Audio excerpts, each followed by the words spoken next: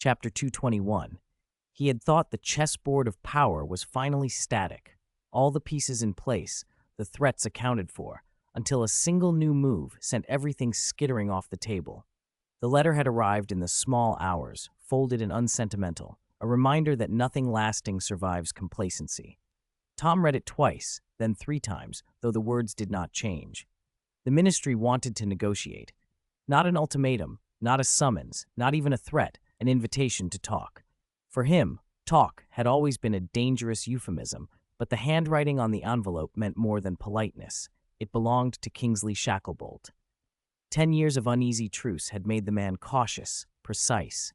Kingsley did not write without a reason. Tom considered the possibilities while he paced the long, quiet rooms of his manor. There were always dangers to weigh, betrayals hidden in brass, ambushes dressed as truces, and the lethargic poison of concessions that looked like peace. He was used to weighing them all, to slicing possibilities down into manageable, inevitable outcomes. Usually he enjoyed the certainty that followed. This time, though, there was the inescapable sense that the problem was not merely what was being offered, but who was offering it. Hogwarts had been stable. The new headmistress had been competent, if not especially inspiring. The wards they had layered through the castle were complicated, adaptive, and if he had his way, impenetrable. Students came and went, children growing into witches and wizards with a half-formed understanding of what had been lost, or of what they had never known to fear. Once upon a time, fear had been his most faithful ally. Now it was an old instrument that sometimes failed to sing. He sat then, finally, in the long chair beside the hearth, the letter between his hands. The ink was steady, a request for a parley on neutral ground at the ministry, with assurances of security and full secrecy. Terms to be discussed, they wrote. No public appearances, no swearing in of any sort.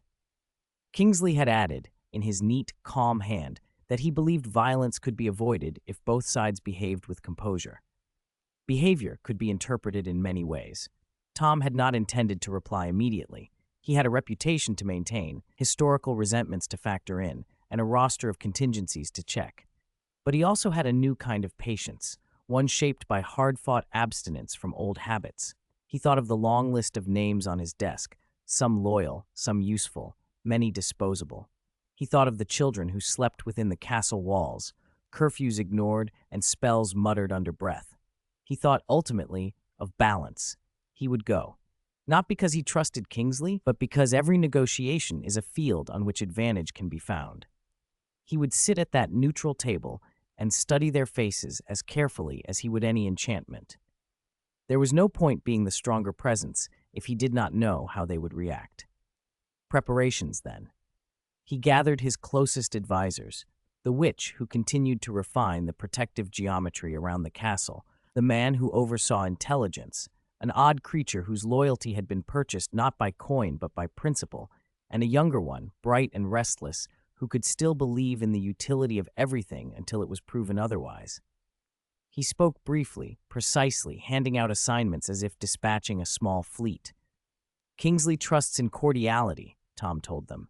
It is a dangerous faith, but we are not above using it as a mirror. We should leave contingencies, said the intelligence officer. The ministry has changed. Old vices remain, but they learned some new tricks. And ruin has a way of persuading the timid, the young advisor added, eyes bright with things he did not yet fear. Tom listened. Consultation was useful, not for comfort, but for the fishing net of ideas it spread. He approved some, modified others, but kept his own counsel. When he finally penned his reply, it was indifferent in tone and exact in stipulation. Neutral ground, yes. One agent per side, allowed as an observer. No wards that might harm onlookers. Any deception would be met with immediate withdrawal. He sent the letter back with instructions that the carriage would leave on a night when moonlight was weakest. He meant to travel under cloak, not because he feared detection, but because he did not wish to give them the satisfaction of spectacle. The journey to the ministry was quiet, the carriage moving past sleeping villages and fields already powdered with frost. He thought of his past selves, the arrogant boy who believed he could make the world bend, the man who learned what it meant to lose everything that mattered, the version of himself who had spent decades stitching the world back together in his image. Power, he had discovered, must be practical. It must be sufficient to ensure your plans survive. Negotiation, it turned out, was the practical face of power. They were met in the antechamber by a steward who looked old and deeply tired, but whose hand was steady. A ministry of peace, Tom thought with a faint private amusement. Promises that had to be spoken aloud were always precarious. Kingsley rose from behind the table as Tom entered. He wore the kind of robe without flourish, and his eyes had that soft, implacable quality of someone who had watched too many things end and still retained the force to refuse despair. He offered his hand, not as an enemy, but as a man who wanted to prove that the world could be bounded by talk. "You came," Kingsley said. "I came," Tom replied. His voice was cool. He let the words settle. They sat. They made the small, polite speech about mutual concerns, the ministry's needs, Hogwarts' safety, the balance of power. Tom listened as Kingsley explained budgets and closures and the subtle creeping forces that starved institutions until they collapsed. Kingsley spoke of disturbances in the magical world, little ripples of hatred that could swell if left unchecked, the rise of obscure cabals that fed on grievance. He mentioned, almost offhand, the risk of those cabals finding new patrons if the centers of power appeared distracted or weak. Tom nodded. He had himself devised worse cabals in his youth. He understood the appetite that fed extremism. He also knew how fragile alliances were and how easily a man's generosity could be read as a weakness. "Why are you here?" Kingsley asked plainly. "If you meant harm, you could have struck at Hogwarts before. You could have worn down the protections. What has made you decide now to negotiate?" Tom considered. "Because there is a cost to shadow wars," he said at last. "Because you, too, have enemies you cannot afford.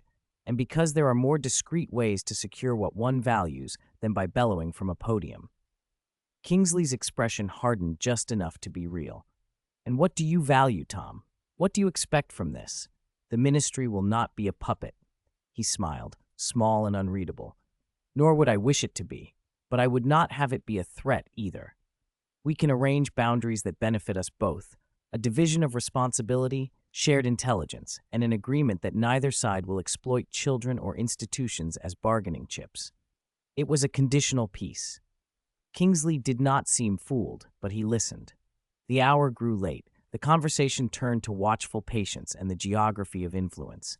Agreements were put forth and retracted, like maps redrawn by drafts of air. Tom was careful to leave margins, to press for clauses that gave him oversight where it mattered, while conceding small points that would soothe public opinion. They did not come to a final treaty that night. They created instead the architecture of one, a commission, a neutral process for reviewing threats, limited exchange of information, and a rare, rigid clause forbidding use of children as political weapons. Kingsley proposed a review in 6 months. Tom proposed oversight by a name that everyone in the room knew and feared, the ineffable threat of public condemnation. Neither man wanted spectacle. When Tom left the ministry, the sky had begun to wash pale along the horizon. He felt no triumph, no defeat. Negotiation had always been a kind of duel where neither man drew a blade. It was, he reflected, much like diplomacy with his own past. The tricks that had once sung for him were rusted, the old anthems hollow. He could not reclaim his prior self. He could only adapt. Back at the manor, he resumed the ordering of things. Wards were checked. Spies reported. The young advisor asked about the wisdom of trust, and he replied as he always did, trust was a temporary instrument, not a charity. He was not sentimental about alliances. They were necessary and worth maintaining if they served. In the quiet that followed, he thought of the future as a stretch of road with fog folded over it. Negotiations could hold for a time. They could be betrayed. They could be a beginning. For now, they were the best that could be manufactured, a fragile lattice of promises held together by equal impatience. He returned to his chair by the hearth and watched the ash die to embers. The world would be complicated tomorrow. He had learned, in a lifetime of recalibration, that some battles are won by making the other side prefer your presence. The rest would have to be handled with care. Outside, the first cows began to low in the yards, an ordinary sound in a day made strange by politics and old names. Inside, Tom folded the letter away and let his thoughts drift over the map of his plans.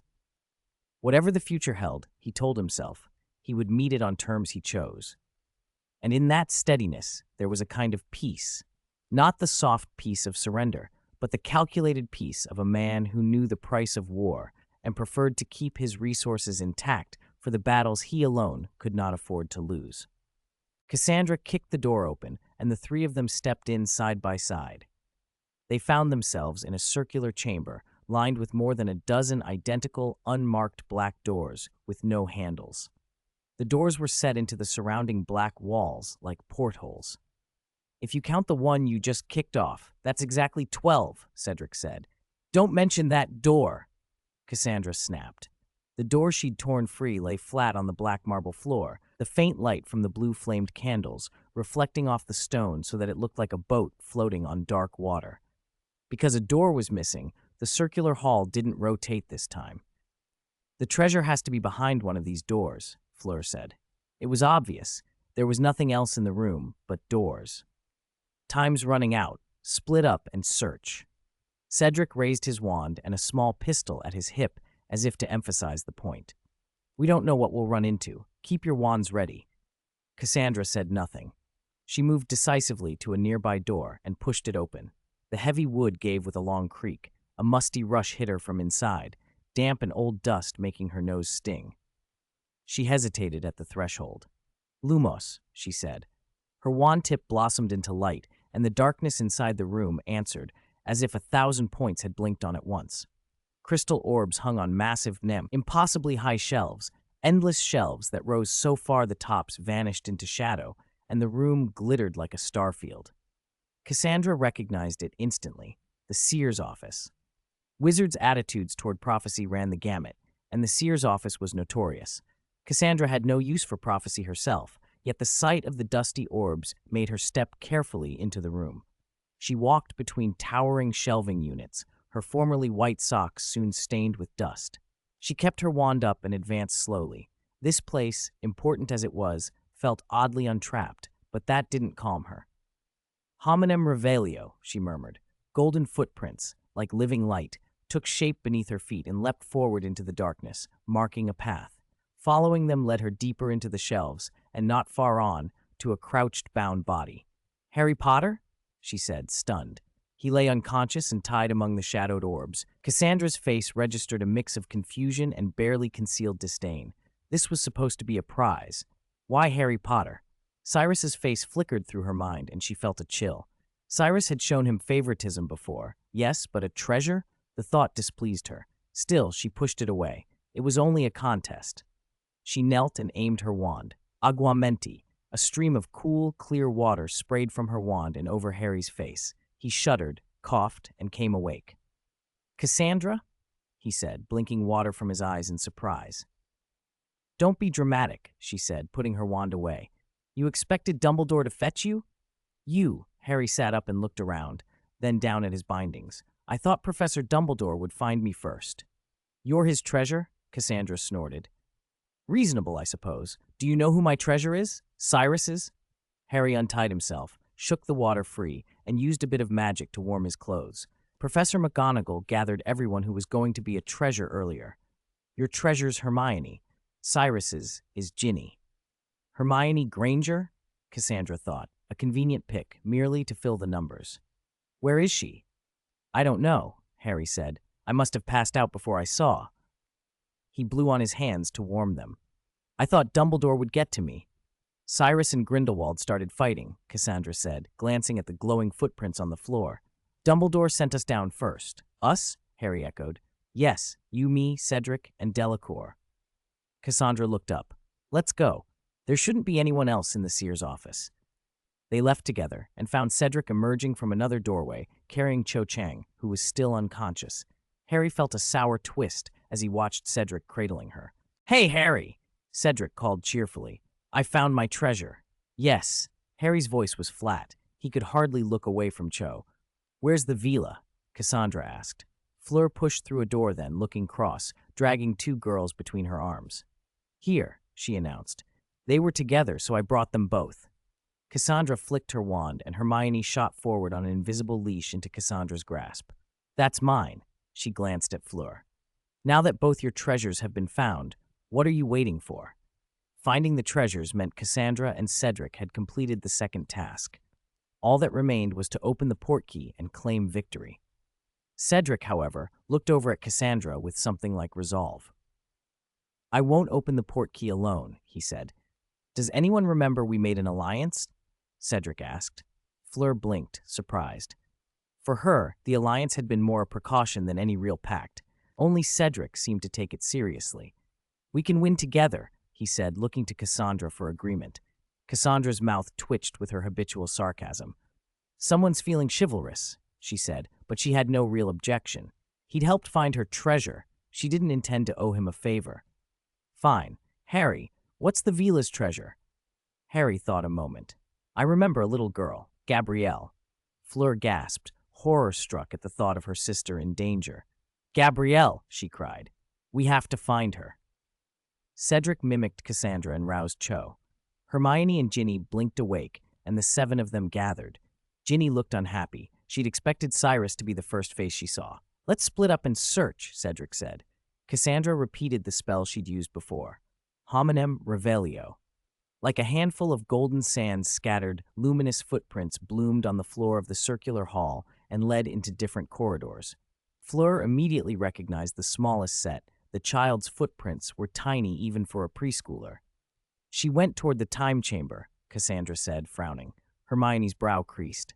"Didn't you notice? Those are her own prints." All eyes paused on Fleur. "We were told to stay put and wait for the champion," Hermione said. "It's impossible for any of us to have woken up early on our own." "Maybe the enchantment misfired?" Harry tried to be optimistic. "Gabrielle and I both have a little Vila blood. Maybe she's more resistant and woke up." "That's not logical," Hermione countered. "Even if she'd woken, she wouldn't just be wandering. We were specifically warned to stay put." "Delacour, when I checked for Cho, I went to the time chamber," Cedric said. "There was no one there then." They went to look again.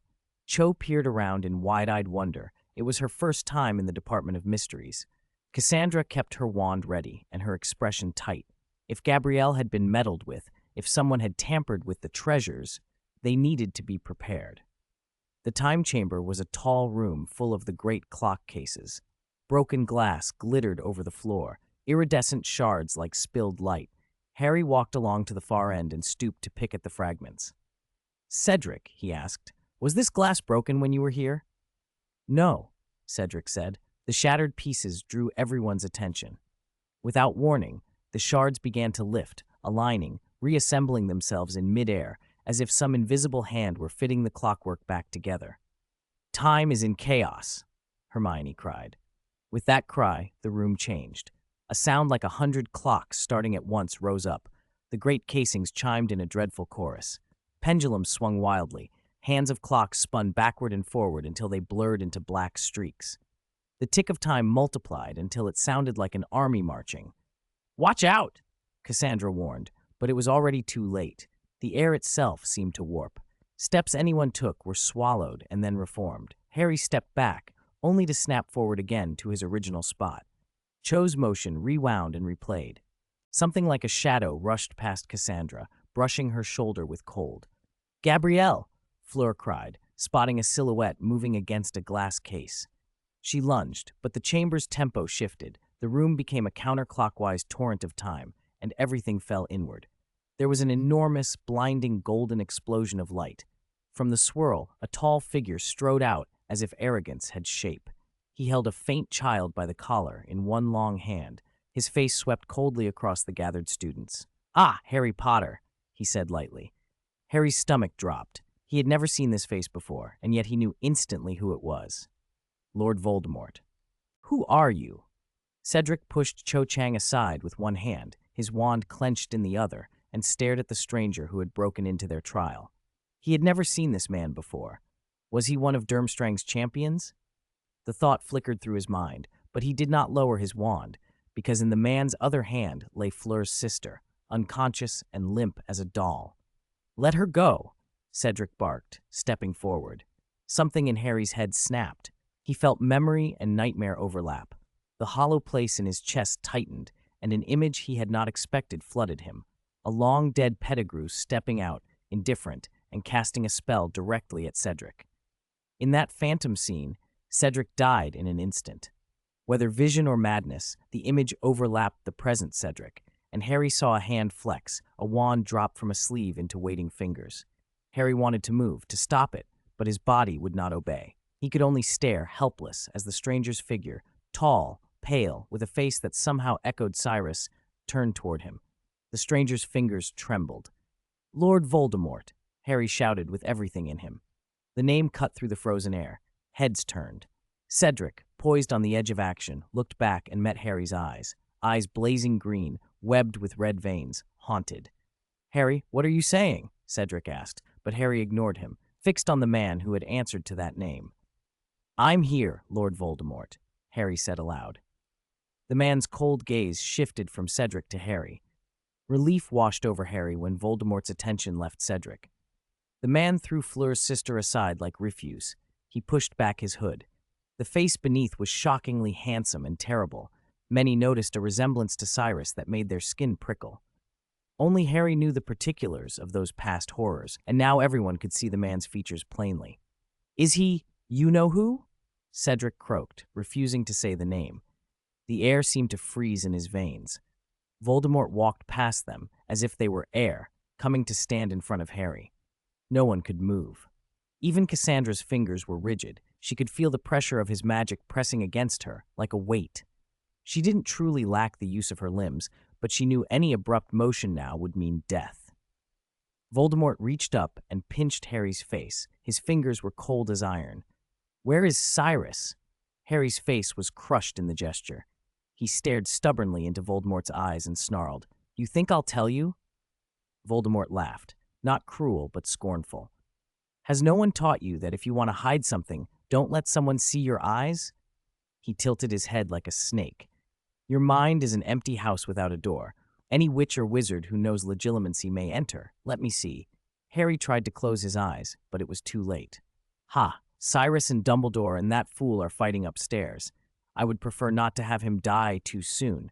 I have questions I want answered," Voldemort said, as if announcing a mild inconvenience. He looked Harry up and down with a kind of amused contempt. He mocked Harry's supposed destiny, an auror like old Moody, and then grew harsher.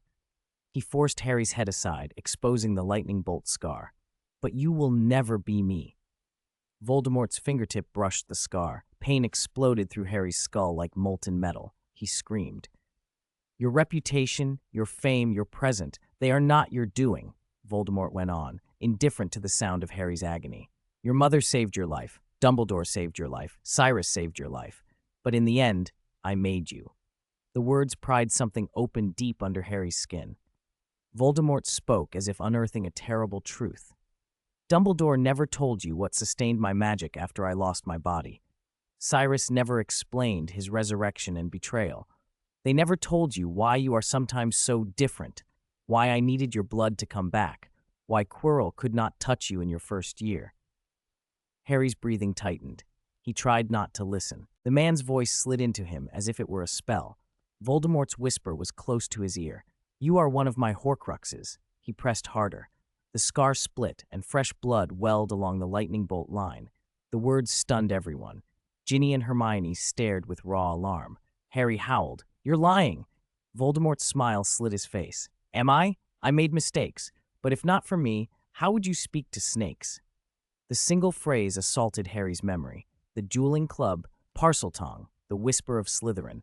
Suddenly, Voldemort's claim fit those pieces like a cruel puzzle. He stepped back, almost pitying. "Poor Harry Potter. You lost your parents. You came to Hogwarts thinking Dumbledore favored you, thinking Cyrus was your friend." His voice sliced through Harry. "It was all illusion, a lie." "You think Dumbledore is kind?" Voldemort pressed a hand to his chest. "No, he made me." He lowered his voice to a fierce, intimate whisper. "Once every Horcrux is destroyed, when you are killed, I will be mortal. That is why he kept you alive, so that one day you would die." The words fell on Harry like a blade. A cold desolation settled in Harry's stomach. He wanted to refuse the claim with everything he had, but the man's speech was corrosive, persistent. Voldemort toyed with him cruelly, telling a story of ownership and hunger. Cyrus, he said, was a Horcrux too, only kept alive to devour Harry's soul. Voldemort's cruelty was casual, as he toyed with the idea of taking Harry apart slowly. Don't worry, it will hurt, but it will be over. You will die. When Voldemort said the last word, it was almost tender. Something in the words broke the paralysis. Hermione's limbs were slow to respond, but Fleur lunged to her sister's side. Cassandra pressed an ancient rune on her wrist. A jagged bolt of electric blue magic shot toward Voldemort's head. Voldemort didn't bother to look. He caught the lightning in a backhand, as if plucking an insect from the air. It licked into his fingers and disappeared as if it had never existed. A shock of magic detonated from him, a wave that slammed outward and threw everyone off their feet. Cassandra crashed into the enormous clockwork mountain and was buried under a tangle of cogs. The attackers were flung, dazed. Voldemort seized Harry by the arm and lifted him up. Harry glimpsed the wand in Voldemort's hand. It resembled Dumbledore's, long and elegant. As the wand probed the wound in Harry's head, the light inside the splintered scar burned brighter, dazzling. Don't worry, Voldemort cooed. You won't be alone for long. You can wait at the White King's Cross. Those you love will come, one by one. Not Cyrus, he is mine. You won't win, Harry spat between screams. He defeated you once, he can do it again. Voldemort only shook his head. Times have changed. I am stronger. Cyrus is old now, perhaps too old to hold a wand. He grew tired of words. The wand pressed deeper toward the lightning cut in Harry's head. Light poured out, a bright and terrible thing. Harry felt his body tearing, split, peeled, an agony so absolute it left him raw and thin. He could only faintly make out the world through the pain. A sound cut through him. Cedric's voice. Bloody at the temple, crawling from beneath the chaos of the clock, he shouted, and his voice reached Harry like a lifeline. Run! Harry forced his eyes open a sliver. He could not speak, but Cedric seemed to understand the silent command. Take them and go. Alert the Aurors and the judges. Save everyone. Cedric knew he could not carry them all. He knew even Aurors might be powerless. What he could do, what he must do, was buy Harry a moment. He climbed upright, legs trembling, and raised his wand. His arm shook as if 1,000 pounds weighed it down, but the aim was steady. Let Harry go, he cried, louder than any spell. Voldemort glanced, amused. Look at this brave boy, he sneered. Someone sacrifices for you, Potter. How fitting. Your life brings death to others. Run, Cedric, run, Harry tried to cry. Tears streaked down his face. But Cedric did not run. He stood facing an impossible thing. How touching, Voldemort said softly. Avada Kedavra. A jet of green light smashed across the space between them. 224. Who are you? The green flash of death lit the hall for only an instant, but that moment was blinding. Harry felt his vision snatched away. In the sudden darkness, Cedric lay silent, apparently struck down. When sight returned, time itself seemed viscous and slow. The green bolt still arced through the air. Dust motes floated almost motionless. Voldemort's face was a mask of cold cruelty, and the green light trembled in Cedric's terrified eyes. That terrified face overlapped with the memory that had haunted Harry, Cedric's corpse staring with empty, soulless pupils. A panic rose in Harry's chest. Who could save them now? Cyrus? Dumbledore? He wanted to shout, but his body felt as sluggish as everything around him. Was death coming again? Then, from thin air, a scorching flame erupted. Voldemort's eyes flashed confusion for a heartbeat and then a fierce delight. Golden fire spread in an instant, sweeping through the room. Harry felt its warmth, and even the aching wound on his forehead eased when the flames licked it. The fire was no gentle comfort. It came with force, twisting the air wherever it passed. Voldemort ripped his wand free from Harry's head and conjured a vacuum, a barrier that held the flames back. But the fire was only the prelude. Something else came with it. A phoenix cried from within the blaze. Then a voice shouted, Avada Kedavra! A green bolt shot through the flames.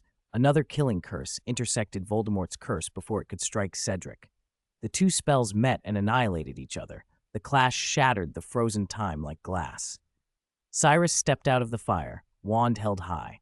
The flames bowed around him. His eyes burned like torches, as if a god had descended. Tom Riddle, he said with a mocking tilt, do you only point your wand at children? His voice carried a cold, clear menace. Harry pried open his blood-smeared eyes and stared. In the fire, Cedric lay on the ground, looking relieved. 3 figures stood where there had been none. Cyrus in front, and 2 young men walking beside him.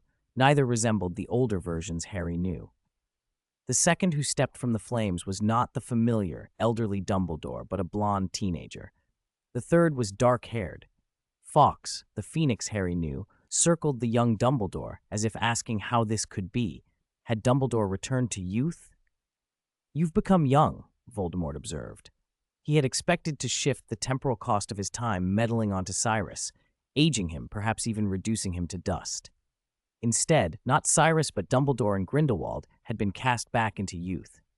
It was a miscalculation, and Voldemort's face showed a flash of annoyance, although he tried not to care. Time magic was messy and not easily controlled. Dumbledore, though young in body, still spoke with that same old-fashioned wisdom. "I thank you, Tom. I haven't tasted youth in a long time. It's pleasant." Cedric coughed, as if flame had scorched his throat. "Professor?" he choked. "Professor, is it really? Are you?" Dumbledore placed a steadying hand on Cedric's shoulder. "You did very well, Cedric. Honest and brave, you are a true champion." His words were not idle praise, but the honor Cedric deserved. "Now take the others and leave the Department of Mysteries at once. We will handle the rest." "But Harry," Cedric began. "Don't worry, I will take Harry with me." Even in youth, Dumbledore's tone carried an unshakable authority. Cedric nodded fiercely. For now, that had to be enough. "Kid, don't forget to take the Durmstrang fellow who's had the worst luck," Grindelwald said. Cedric turned to gather the others who had been scattered by Voldemort's spells. Voldemort paid the Durmstrang student no mind at all. Voldemort, meanwhile, was giving himself over to ecstatic triumph. "Can you sense it?" he murmured, eyes bright. "Youth, and my power feels inexhaustible." "You are not what you once were," Dumbledore said solemnly, flanking Grindelwald. The 2 younger men's faces had grown serious. Dumbledore could feel Voldemort's strength leaping well beyond anything he had known in previous years. Voldemort's soul, once fractured, had been made whole again and enhanced. His eyes were blood-red with blackened whites, like 2 shining bloody moons. A complete soul, Morgana's legacy, and the Deathly Hallows, this was the Voldemort they faced now. "This will be the strongest enemy we have ever known," Grindelwald said, his voice hard with concern. In his magical vision, Voldemort was wreathed in a black-red aura. Power that smelled of pestilence and death radiated from him. "Of course I am stronger than ever," Voldemort said coolly. He put Harry down like an unimportant thing, as if the boy, foretold savior of the world, meant nothing. He barely glanced at Dumbledore and Grindelwald, and then he lifted his chin as if to declaim his triumph. "You made me, Cyrus," Voldemort said softly, addressing him. "If not for you, I would never have known what a mistake I made, splitting my soul like that." He sighed, a sound full of pretended regret. "How naive I was, thinking that fragmenting my soul would preserve me. I forgot magic thrives on the unity of body, soul, and feeling. How could a broken soul reach its full potential?" "So you went back in time and reclaimed your lost soul?" Cyrus asked. "That was the only way," Voldemort answered. "You devoured parts of my soul, and I could not match you. There was nothing I could do except go back." He had more to say, too much to say, now that his audience included Cyrus, Dumbledore, and Grindelwald. Voldemort boasted of the time he had spent retrieving souls and the secrets he had unearthed. "I went back many times," he said, "and I found your secret, Dumbledore, the tale of the 3 brothers and the Deathly Hallows. The Elder Wand is magnificent." He produced a black stone, and Dumbledore's breath hitched. "The Resurrection Stone," Voldemort said hoarsely. "I used it to create myself a fresh body, strong enough to bear any power. How foolish I was to turn myself into a Horcrux. However, the invisibility cloak eludes me still. It's as if I cannot find it." He wore a brief look of regret, then brushed it aside. Since he had recovered the Elder Wand in time, Voldemort had studied the legend of death carefully. The cloak mattered less to him now. The Resurrection Stone and the Elder Wand were enough. Hearing that Voldemort had abandoned searching for the cloak, Dumbledore and Grindelwald both breathed easier. They had always doubted that the Hallows were literally death's gifts, but the idea of 3 artifacts together remained dangerous. Cyrus looked at Voldemort and thought of the stone in his own hand. He had one resurrection stone already. He had not expected Voldemort to bring another from the past. Would two identical stones in the same era conflict? He glanced at Voldemort's wand. From the first moment their curses had collided, Cyrus had felt just how much power Voldemort now wielded. The Elder Wand's might was real. Voldemort continued, a feverish excitement in his voice. He had reclaimed his fractured souls, and in piecing them together, found himself vastly improved, more than he had imagined. He suspected Cyrus had used similar methods to strengthen himself, but Voldemort had discovered that completing his own soul had produced far greater gains. That discrepancy made him suspicious of Cyrus's origins. He stared at Cyrus as if trying to read every hidden truth. "Cyrus," he said at last, "tell me, who are you?" "You're not the soul I split," he continued, "or at least you are more than that. You consumed my fragments and took my talents and power, but who are you really? I find no trace of you in any time but this." Voldemort's accusation hung in the air. Everyone, Dumbledore, Grindelwald, even Harry, glanced at Cyrus, expecting an answer. Cyrus let his wand twirl at his fingertips and spoke quietly, with a hint of amusement. "You really want to know my past that badly?" he said. "There's nothing special about it. I was a wandering soul who happened to meet your diary." If this had been a few years earlier, Cyrus would not have dared to be so frank before Dumbledore and Grindelwald. But now, with power shifting and time's rules scrambled, he was less afraid. Power spoke loudest in this room. Voldemort's eyes narrowed. "Very well," he said. "If words are insufficient, let us settle this with our wands." He had no appetite for underhanded tricks. He had traveled time, recovered his soul, regained his strength and his self. He would duel as a wizard of power and purpose. He even bowed with a strange courtliness, as if the fight were a formal duel instead of a battle that might cost lives. Cyrus took a long breath, feeling the weight of the moment. He looked to Dumbledore and Grindelwald. Youth sat in their bodies, but their magic was no longer at the peaks it had once reached, even though their memories and understanding remained intact. Cyrus himself, however, because Voldemort had pulled on time, found his own magic at its apex. He understood then that this fight would demand everything he had. "Cyrus, now let's see who is stronger." Bang! The wand burst into fireworks. Spells erupted in every direction. Cyrus drew on every scrap of magic in his body, ancient magic flowing freely, and his eyes shone with a blinding golden light, fixated on Lord Voldemort like a god of war.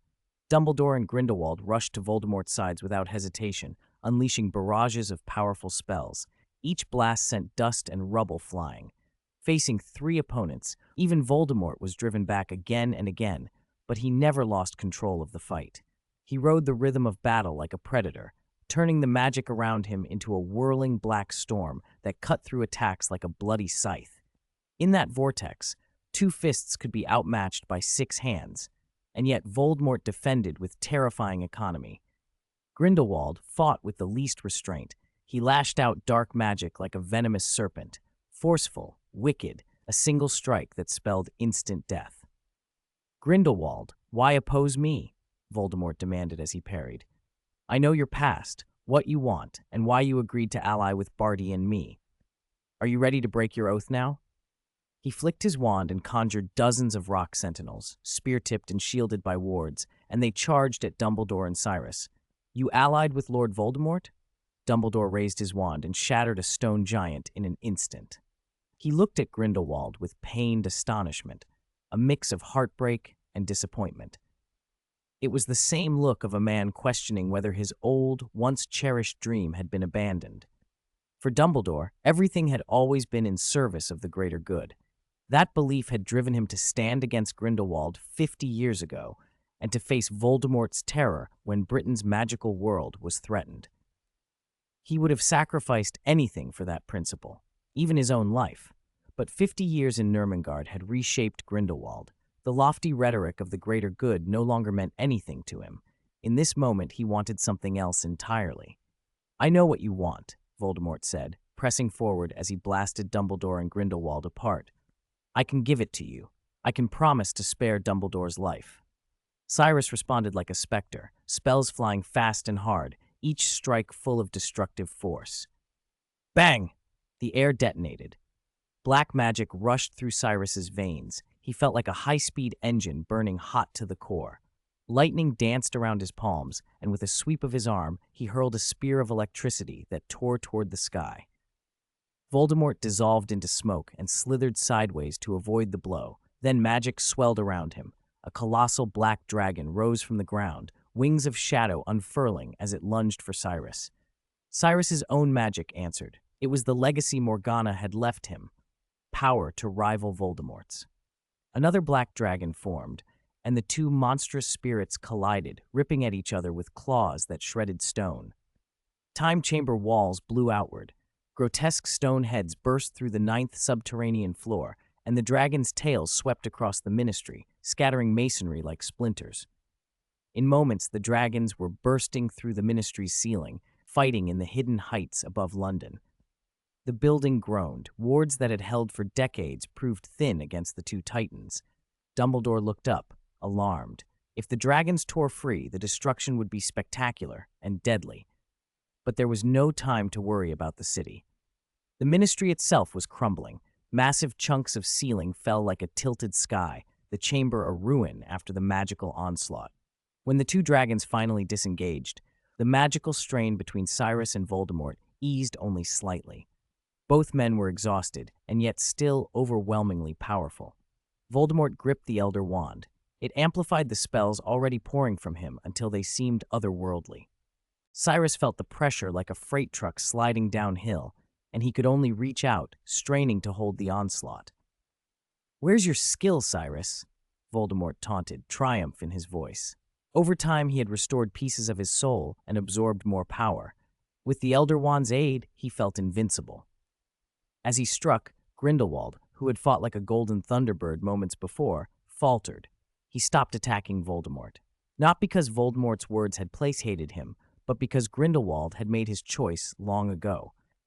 From the start, his target had been Cyrus. Now he stood between Dumbledore and the battle, keeping the Elder Wizard from helping. "You actually allied with him, Grindelwald?" Dumbledore asked, unable to hide his disbelief. For 2 months, their love had been the closest thing to a dream Dumbledore had known. Now, Grindelwald's face was familiar and utterly foreign. It was the same face that, a century earlier, had raised a wand at Ariana. Dumbledore felt the dream shatter with the world around them. Seeing Cyrus's helper fall away, Voldemort grew elated, as though decades of anger and defeat were finally finding release. He swept his wand like a scythe, spells raining down on Cyrus in a relentless barrage. Boom! "Look at you, Cyrus. How pathetic now," Voldemort crowed, skirting the counterattacks. They burst out of the time chamber. The circular room above them was a black void, ceiling gone, giant rocks tumbling and howling. Cyrus felt his reserves waver. Grindelwald's betrayal had shocked him, and Dumbledore, restrained, could not quickly turn the tide. "If this is all you have, you will die here today," Voldemort declared, sure of victory. His veins throbbed, blood hot beneath flushed skin as his power climbed to a peak. Avada Kedavra! The killing curse hit like a blade of green flame, charged with irresistible death, aimed to pierce Cyrus's heart and destroy the Philosopher's Stone within him. Darkness crept over Cyrus's chest as the light closed in. At once his fingers and his crimson gold eyes sparked. Ancient magic raced through him, and lightning mixed with the spell. Golden and silver currents braided into a torrent of opposing force. "Thunderbolt!" Cyrus shouted. He unleashed the name and the lightning itself, a majesty of the sky. The two spells collided with a cataclysmic roar, and a shockwave slammed outward like a tidal surge. They reeled apart, black and white yin-yang forms, each forced back by the other's power. Cyrus stumbled and found shelter against the ruined wall. Behind him, a ward older and stronger than the ministry itself still held, a silent testament to the place's hidden protections. Voldemort stepped through the crackling wreckage, exultant. It had been so long since he'd felt this kind of pure, overflowing power. Ecstasy left his lips like a laugh. "Look at the might of this wand," he breathed. "Only a wand like this suits someone like me. Cyrus, you never had a chance." He searched Cyrus's face for fear, for submission. He wanted to see his old nemesis bow. Cyrus, however, was tired but composed. No sign of begging appeared. He merely lifted a dark green wand, snakewood serpentine, to his lips and touched it like a gentleman pointing a finger. You're right, Voldemort. The Elder Wand is extraordinary, Cyrus said quietly. But how do you know the snake wood in my hand isn't as legendary? Under Voldemort's widening stare, Cyrus whispered to the wand in a language that made the hair on the back of the dark wizard's neck rise. Hiss! Ha! Parseltongue slid from Cyrus's tongue. Voldemort heard every syllable, understood every meaning. Speak to me, Snakewood Wand. The wand shuddered as if alive.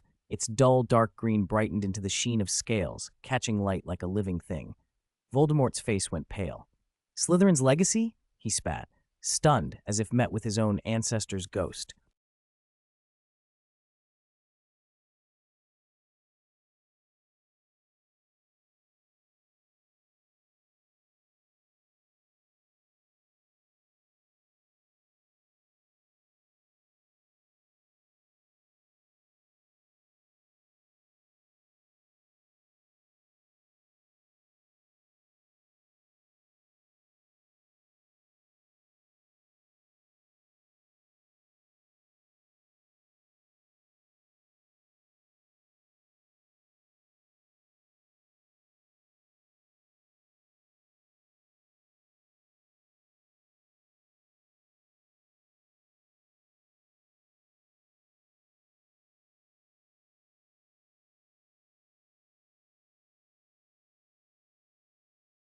"226. Juggernaut of Azkaban. Lord Voldemort. Let's see who's stronger now." Cyrus held a sword in his left hand and a wand in his right, Fawkes perched on his shoulder, flames licking from every feather. He looked formidable, the picture of a warrior holding a divine weapon. Voldemort's spells were terrible, but Cyrus's sword was no token either. Voldemort sneered. "A broken sword and a red-feathered bird. Do you really think that gives you a chance? Hey!" The sorting hat on Cyrus's head bristled at the insult. "Don't underestimate Gryffindor's sword, little Tom. How do you think he defeated the Muggles and became a master? By spells alone?" "Of course not," it crowed, frantic to make its point clear. "A wizard only needs Lumos. The rest is the sword's work. Chop him into a dead snake and show him the skill of the Azkaban Sword Saint." Voldemort's blood-red eyes swept over the hat with a cold, hard gaze. The hat's face fell away. Its features flattened, its mouth and eye sockets losing definition, as if it had become just a tattered hat again. But the hat's words had reminded Voldemort of something he could not forget: Cyrus's monstrous physical strength. He had never ceased to remember the night Cyrus had twisted his arm, bone shards tearing from the inside. His icy stare tightened on the silver blade, and for a fraction of a second, his foot retreated. The sight of that fearful stubbornness made Cyrus chuckle, but he would not underestimate Voldemort, not now. The more cautious his opponent, the more dangerous. They faced each other across the circular chamber. Then the room began to whirl. The blue flames affixed to the walls blurred with speed and formed a ring of light like flaming ropes, marking a gladiatorial arena. Voldemort coiled like a venomous snake, waiting for an opening, but after a moment, he struck first. "Come," he said hoarsely, with far more seriousness than before. Cyrus was pressuring him. Cyrus lifted his wand. The phantom of a vast green serpent at his right seemed to take breath and roar like a dragon, a massive body filling the chamber. It shot forward like an arrow, a living green shadow. Voldemort unleashed a bolt of black lightning without hesitation. It struck the giant snake. For an instant, the lightning seemed to shred it, but then a golden silhouette cleaved the bolt and raced through. Cyrus had leapt several meters in the blink of an eye. The serpent's phantom dissolved into mist, and Cyrus's silver blade flashed through the illusion, slicing toward Voldemort's crown. The air tore. Gryffindor's sword glittered in Voldemort's red eyes like a pool of blood. He had no time to dodge, and the blade seemed almost to touch him. Yet, in that instant, Voldemort executed the undetectable extension charm, extending the tiny space between them to a life-saving distance. Masters found such timings effortless.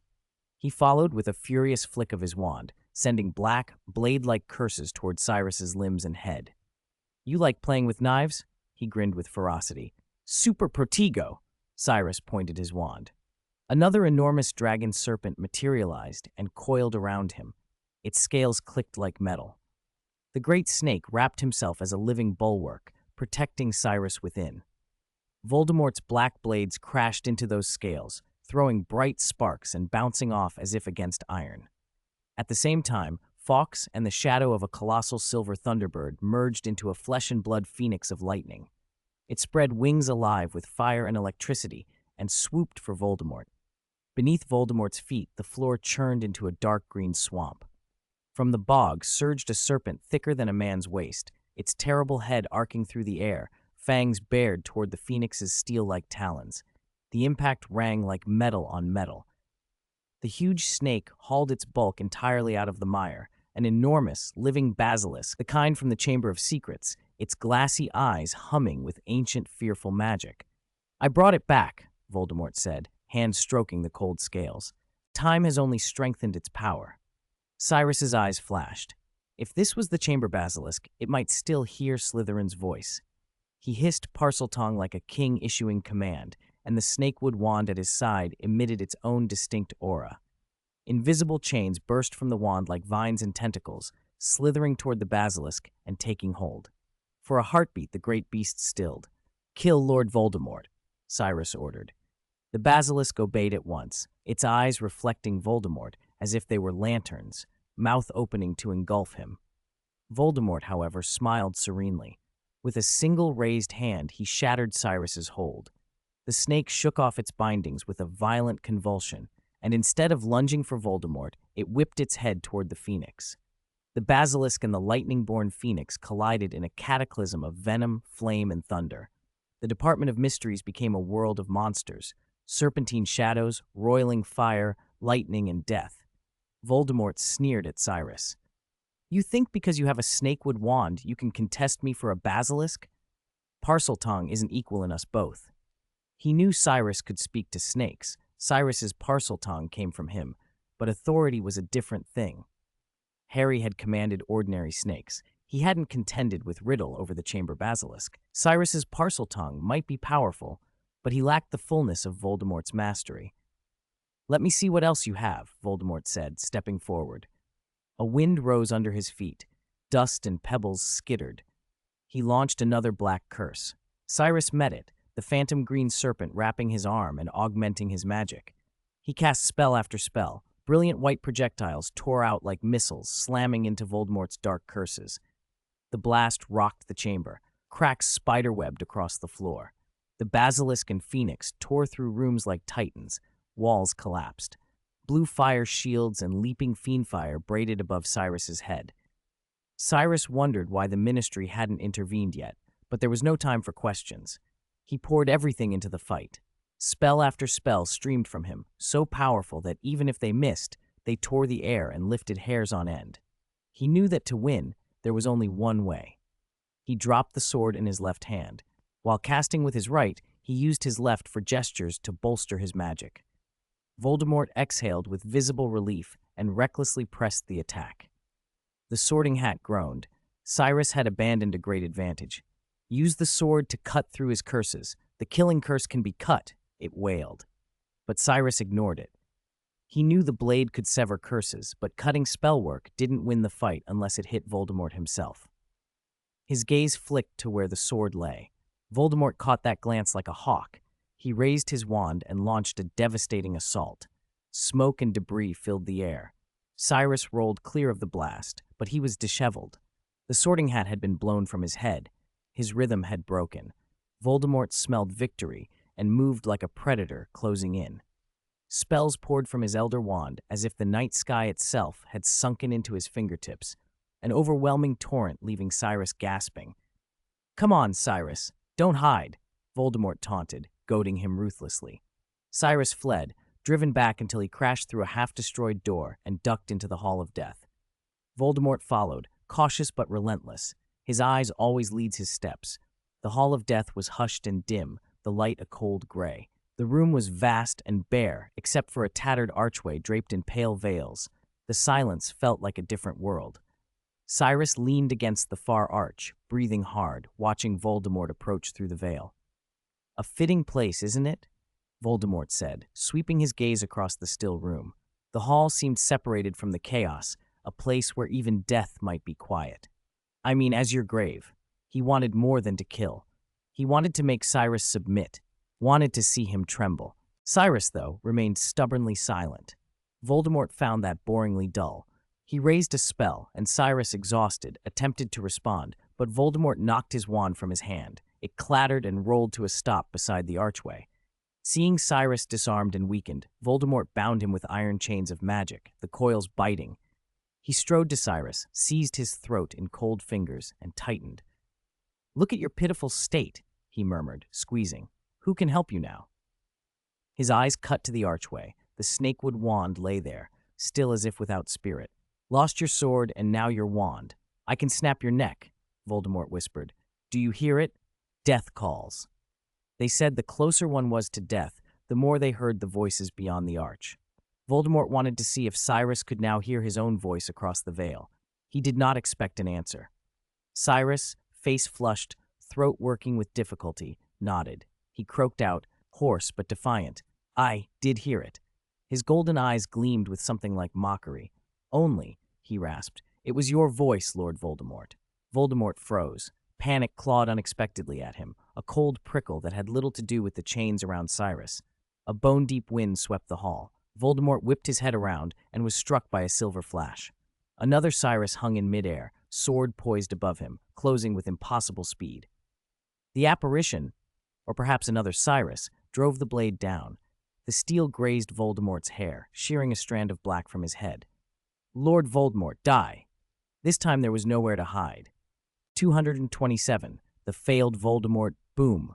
A dull thud echoed across the Quidditch pitch as a black object fell from midair and tumbled several times before coming to rest. Cedric's fingers were clenched around several people. The force of the portkey had nearly dislocated his arm. He crashed to the ground, rolling, hair and robes askew. The champions and the treasures they brought back scattered with a clatter. Over 1,000 people on the pitch gasped. They stood, craning their necks, waving, shouting, "Diggory! Diggory!" Cedric pushed himself up. Blood trickled from a cut on his head, his vision swimming. The sun warmed his frozen face and left him dizzy. From the stands, a middle-aged man's voice rose, breaking into proud, stunned laughter. "That's my boy! That's my boy!" Amos Diggory forced his way through the crowd, arms lifted, as the crowd reacted in 100 different ways. Ron noticed the others Cedric had brought with him as soon as he staggered onto the grass. Harry was awake, but looked many times worse off than Cedric. Pale, exhausted, misery written in every line. Seeing Harry head for the castle at a run, Ron's stomach dropped and he leapt out of the stands without thinking. Most of the spectators cheered for Cedric's apparent victory, but not everyone. Cassandra and Fleur had also returned with their trophies. They had come back in the second group after Cedric. No doubt Cedric had been the first to reappear, but he hadn't come alone. "I think we must have this judged properly," Fudge said, loud enough for many to hear. "And the Department of Mysteries should be investigated at once." Earlier, the only vision they had of the trio in the time chamber had been of 3 powerful wizards together. Then Cyrus had suddenly aged dramatically, while Dumbledore and Grindelwald reversed and grew younger. Fudge had suspected something had gone wrong in the time chamber, but the tournament's progress had prevented any immediate inquiry. Scrimgeour had wanted to halt the tournament, but he could not countermand the minister. Then, inexplicably, Cyrus had reversed time, regained his vigor, and the 3 had disappeared in a burst of flame. Fudge trusted Dumbledore's strength, even if he disliked him, and took comfort in that. He hoped the department would be intact. Now all the judges advanced toward Cedric. "Hogwarts champion, Cedric Diggory," Babajide Akinbade intoned, solemn, "you were the first to return from the Department of Mysteries and therefore have won the tournament for Hogwarts." His eyes swept over Fleur and Cassandra. Fleur had fainted. Cassandra had been slower to return, arriving in the second group. Cedric seemed to come out of a haze only when he heard Akinbade's words, as if waking to the realization that what had happened in the Department of Mysteries had not been a dream, but a grim reality. His body trembled and his voice shook when he looked at Fudge. "Sir, Aurors have to go to the Department of Mysteries right away," he gasped, nearly lunging. He sounded frantic, breathless, as if still feeling a cold hand at his throat. It's you-know-who." For a moment Fudge froze as if struck by ice. His face suddenly drained, hardened. Don't be ridiculous, child. This is no time for jokes, he snapped, though his voice undercut itself. We have other witnesses here. He glanced at Cassandra, silently begging corroboration. He would have preferred the ministry itself be torn apart rather than hear that name spoken. Cassandra met him with a cold, steady look and nodded. If you mean Lord Voldemort by you-know-who, then yes, he is back. Fudge's composure finally shattered. The name, spoken plainly, sapped his strength from his knees. His face went ashen. The cheers on the pitch chilled into a shocked silence. For some in the crowd, this was only the beginning of their fear. Barty Crouch Jr., disguised as Madame Maxime and quick to lash out, pointed a blade of accusation at Bellatrix. Madame Lestrange, he said sharply, the hostility plane. Are you not a Death Eater? Have you anything to explain? Bellatrix instantly became the focus of suspicion. A dozen eyes pressed on her. Fudge, his rage finding an outlet, seemed on the verge of giving the order to arrest her. But he held himself in check. Dolores Umbridge, however, could not resist. She marched forward with triumphant, officious glee, plucking a hat from somewhere and dropping it onto Bellatrix's head as if staging a ritual.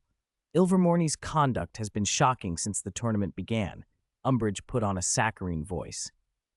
Bellatrix Lestrange is a known Death Eater, and that man Cyrus has ties to you-know-who. Are we to assume you aided him in his return? She stood before Bellatrix, smug and secure in the gaze of those watching, enjoying the power it lent her. What do you have to say for yourself, Bellatrix Lestrange? If you will not answer, Aurors will arrest you with those students from Ilvermorny. Slap, Bellatrix answered by striking Umbridge across the face. She did not speak, but her eyes promised violence. Are you speaking to me, Toad? She said icily. Umbridge's cheek swelled. Before anyone could move, Bellatrix's gaze swept the hall.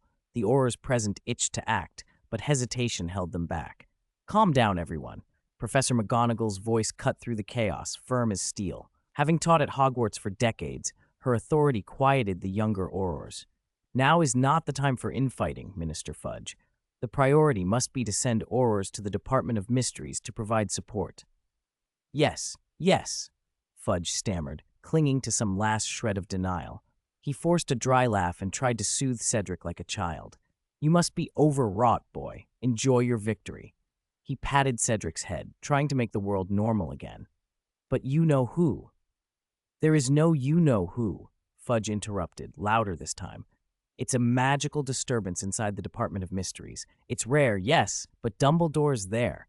The Ministry will not fall. No sooner had he spoken than the large screens around the pitch shuddered. The 8th level of the Department of Mysteries buckled and tore apart. 2 enormous dragon-like creatures burst through the torn stone, smashing through staircases and columns as they rose, wings smashing into balconies. Kingsley moved to Fudge's side and said quietly, without theatrics, Minister, the Ministry of Magic is genuinely in danger. Fudge's face darkened. Then what are you waiting for? Deploy all the Aurors. Inside the Department of Mysteries in the Hall of Death, time had seemed to freeze. Cyrus swung Godric Gryffindor's sword in a single clean arc. The blade sliced through something solid. A hideous head thudded to the marble floor. Blood sprayed like a fountain toward the vaulted ceiling. A severed head rolled to the archway's threshold. A basilisk's, venom still dripping from the exposed fangs. Its enormous body writhed, its severed trunk pumping blood in a wide stain across the steps as if the whole place had been carpeted in it. Lord Voldemort's form toppled with the falling head. But as Cyrus realized with a cold clarity, the head on the floor was the basilisk's, not his. Voldemort himself had no visible head wound. Cyrus gripped the sword and stared. Across Voldemort's chest was an enormous incision, but no blood flowed. No internal structures were visible through the gash. It appeared as if he were not made of flesh and blood at all. Voldemort, reading his thoughts, sneered. See? Do I bleed? Cyrus watched as the wound wreathed and painfully stitched itself closed. Duplication charm, he said, voice low. I underestimated you. Voldemort had used a duplication, that trick Cyrus had used at Christmas, the one that split power between copies. The version of Cyrus wielding the sword had needed no magic. He had relied on physical strength. The real magic, Cyrus knew, had been kept entirely in the other Cyrus, the one with the wand. He had lured Voldemort away from the central hall. deliberately dropped the snakewood wand, an object Voldemort didn't realize could transform into a snake and return to its owner, and then struck where it would hurt most. Voldemort's smirk turned to fury. How do you have the strength now? With half your magic, you should be nothing to me. This will kill you, Voldemort hissed and raised his wand. Avada Kedavra! The spell hit like lightning. Voldemort was thrown backward as if made of straw, slumped down the stairs, spitting blood. He rolled to a halt and looked back, stunned. Cyrus, who had seemed trapped moments before, had somehow broken free, and the snakewood wand had returned to his hand at some unknown moment. The killing curse that had felled Voldemort had not been cast by Voldemort at all, but by Cyrus from behind. Two Cyruses now stood over him, sword and wand both poised, looking down as the black curtain in the archway lifted, as if inviting Voldemort in. The spell had wounded Voldemort grievously, even more than the sword had, yet he could not understand how Cyrus, supposedly halved, had delivered such force. Cyrus's answer was calm and cold. You can't figure it out? Let me tell you. He smiled without warmth. From the start, I never divided my magic. 228, Master of Death. Lord Voldemort stared at the most powerful wand in his hand, eyes blazing with fury and disbelief. I haven't lost! How dare you abandon me for him? He roared, refusing to accept defeat. In truth, he hadn't been truly finished. Cyrus's illusion had tricked him, leaving him wounded, and the resurrection stone had made him inhuman, but those injuries were superficial. A few breaths and he could recover completely, provided the Elder Wand still served him. Now, at the crucial moment, the wand had betrayed him. He could not accept it. His magic was stronger now. Shouldn't the Elder Wand yield to the stronger wizard? He had made meticulous preparations. Grindelwald had held Dumbledore fast, and there might never be another chance like this to kill Cyrus. Yet the wand had chosen Cyrus. Voldemort understood what that meant. No one could ever again use that wand to harm Cyrus. Still, he would not relinquish it passively. If he could not wield it himself, at least he would not let Cyrus possess it. Maybe, with opportunity, he could regain it. Coldly, he reclaimed the wand. A thick black mist swirled around him. That's enough for today, Cyrus. Those bothersome Aurors are coming. He did not show weakness. Though the Elder Wand had ceased to obey him, he was not helpless. Even with an ordinary wand, Cyrus would find it difficult to stop him from leaving. One of the two black dragons that had burst from the Ministry and fought above London turned to sludge, turbid and foul, and vanished beneath the eyes of tens of thousands of Muggles. The other lost its target, wheeled in the air a moment, then plunged hundreds of meters underground, back toward Cyrus. The two Cyruses merged into one, and the battle was over. Dumbledore and Grindelwald likewise ceased fighting. They stood on opposite sides of the flames, red and blue separated, unable to reconcile. When Cyrus left the Hall of Death and approached them, he saw the power of time ebbing from their bodies. Strands of hair turned white. They looked at each other across the flames as if they had lived 100 years in an instant, watching one another age. Grindelwald's eyes were glassy, but there was relief there. He was the first to lower his wand. Dumbledore followed. Moments later, hundreds of firecracker-like pops erupted in the air as Aurors poured into the pit, faces frantic.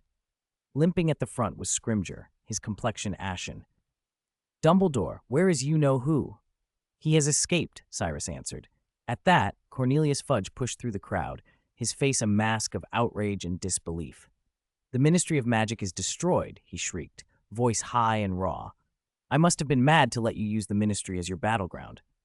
He dared not glare at Cyrus or Grindelwald, but jabbed a trembling finger at Dumbledore's forehead.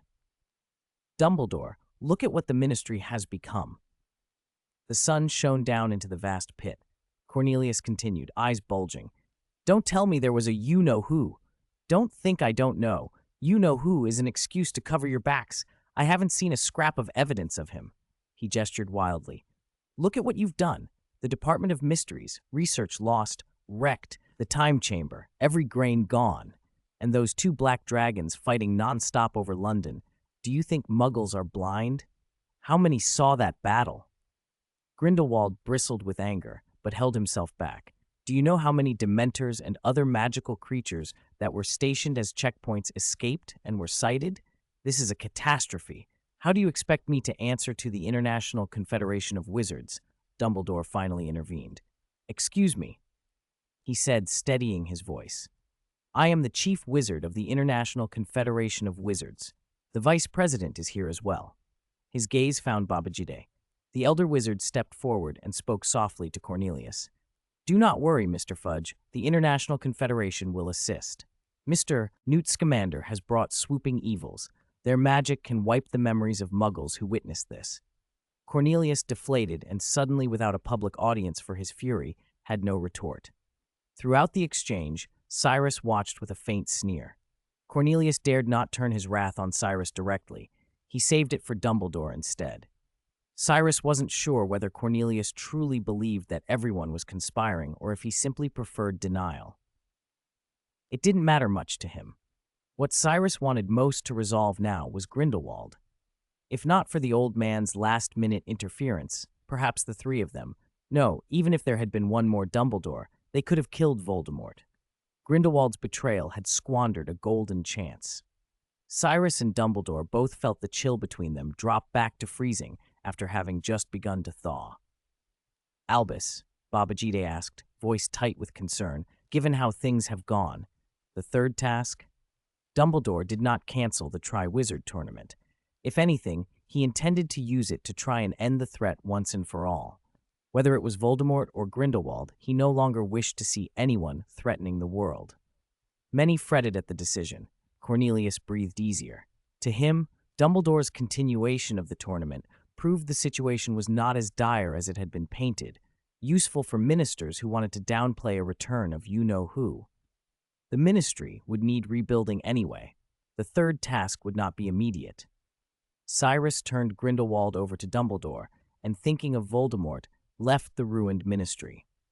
No one noticed that in the Hall of Death, the shattered archway stirred. Black veils that had wrapped the frame floated outward, as if something were walking out. Something invisible passed through the arch, leaving clear footprints on the steps stained with basilisk blood. Thud. Voldemort hit the central fountain of Beauxbatons Academy. The water healed him, skin scorched by a curse scabbed, then flaked away like charcoal to reveal new tender flesh. But across his chest, where Gryffindor's sword had cut him, a purple, festering wound remained. No matter how the flesh mended, the cut would rot and stink. Basilisk venom, he hissed. He realized, with the slow certainty of a plague revealing itself, that although summoning the basilisk had saved his life, the sword that had slain the basilisk had been imbued with basilisk venom and had in turn cursed him. It was a grave annoyance, but not fatal. He rose from the fountain and water streamed off him while passing students gaped. Many were indignant that he'd sullied their fountain, but no one approached. His presence cowed them. Barty arrived by apparition shortly after, having made several transfers to get there. He helped Voldemort to the principal's office, where Voldemort sank into a chair, weakened but alive. Congratulations, Master. You have resurrected. Barty, Voldemort said, magnanimous. He genuinely acknowledged Barty's success in getting Grindelwald to hold Dumbledore in place. It was a pity the Elder Wand had not cooperated and Cyrus had not been killed. Soon, that impostor and Dumbledore will die by your hand. No, you are wrong, Barty, he added, shaking his head. Cyrus is powerful. Even now, my magic cannot confidently surpass his. I might have won, but... His gaze hardened on the wand in his hand. For a moment, he felt as if he could tear it apart. He restrained himself. Losing control of the Elder Wand was bad. Losing the wand entirely would be unthinkable. I need another wand. I've heard Gringotts wands can be powerful. He spoke softly. Despite his pride, he had to admit some wands were almost alive. For most, though, he believed he could force obedience with power. I'll go immediately, Barty said. Find Snape too, Voldemort instructed. Have him brew an antidote to basilisk venom. Barty nodded and moved toward the door, then hesitated. Master, Dumbledore hasn't stopped the Goblet of Fire. Do we need to take part in the third task? Voldemort straightened. His original return had been to be reborn and to destroy Cyrus. Having been resurrected but failed to kill Cyrus, the tournament's progress might provide another opening. Of course I will participate personally, he decided. Someone must draw attention while you gather our forces. He rose, voice slow and cold. We must prepare for war. Hogwarts. Cyrus set aside the noisy, tedious aftermath and sat alone in the Ilvermorny carriage.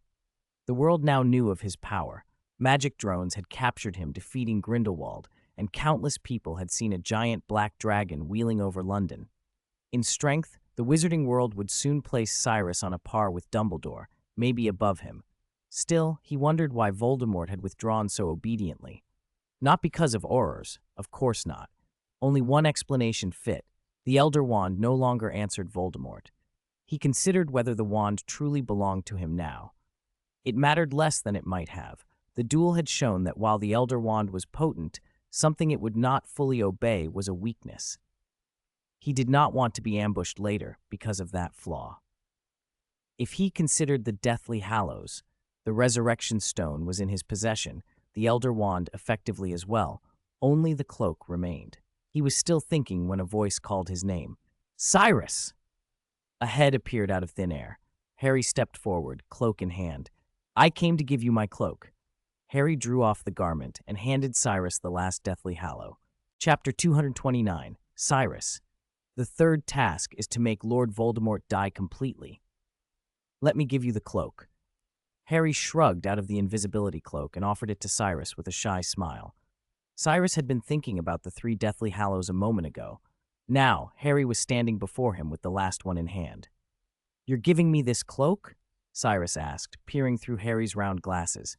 "But why?" "In the Department of Mysteries, Dumbledore told me to bring the cloak to you. Said it might help," Harry replied. "But before I could get there, Voldemort escaped. He had rushed straight back to the castle to fetch it. Even if he got away, I think you should have it for now. If there's a next time, it'll be useful." A little awkwardly, he added, "You don't have to give it back. I realized I haven't given you a Christmas present yet."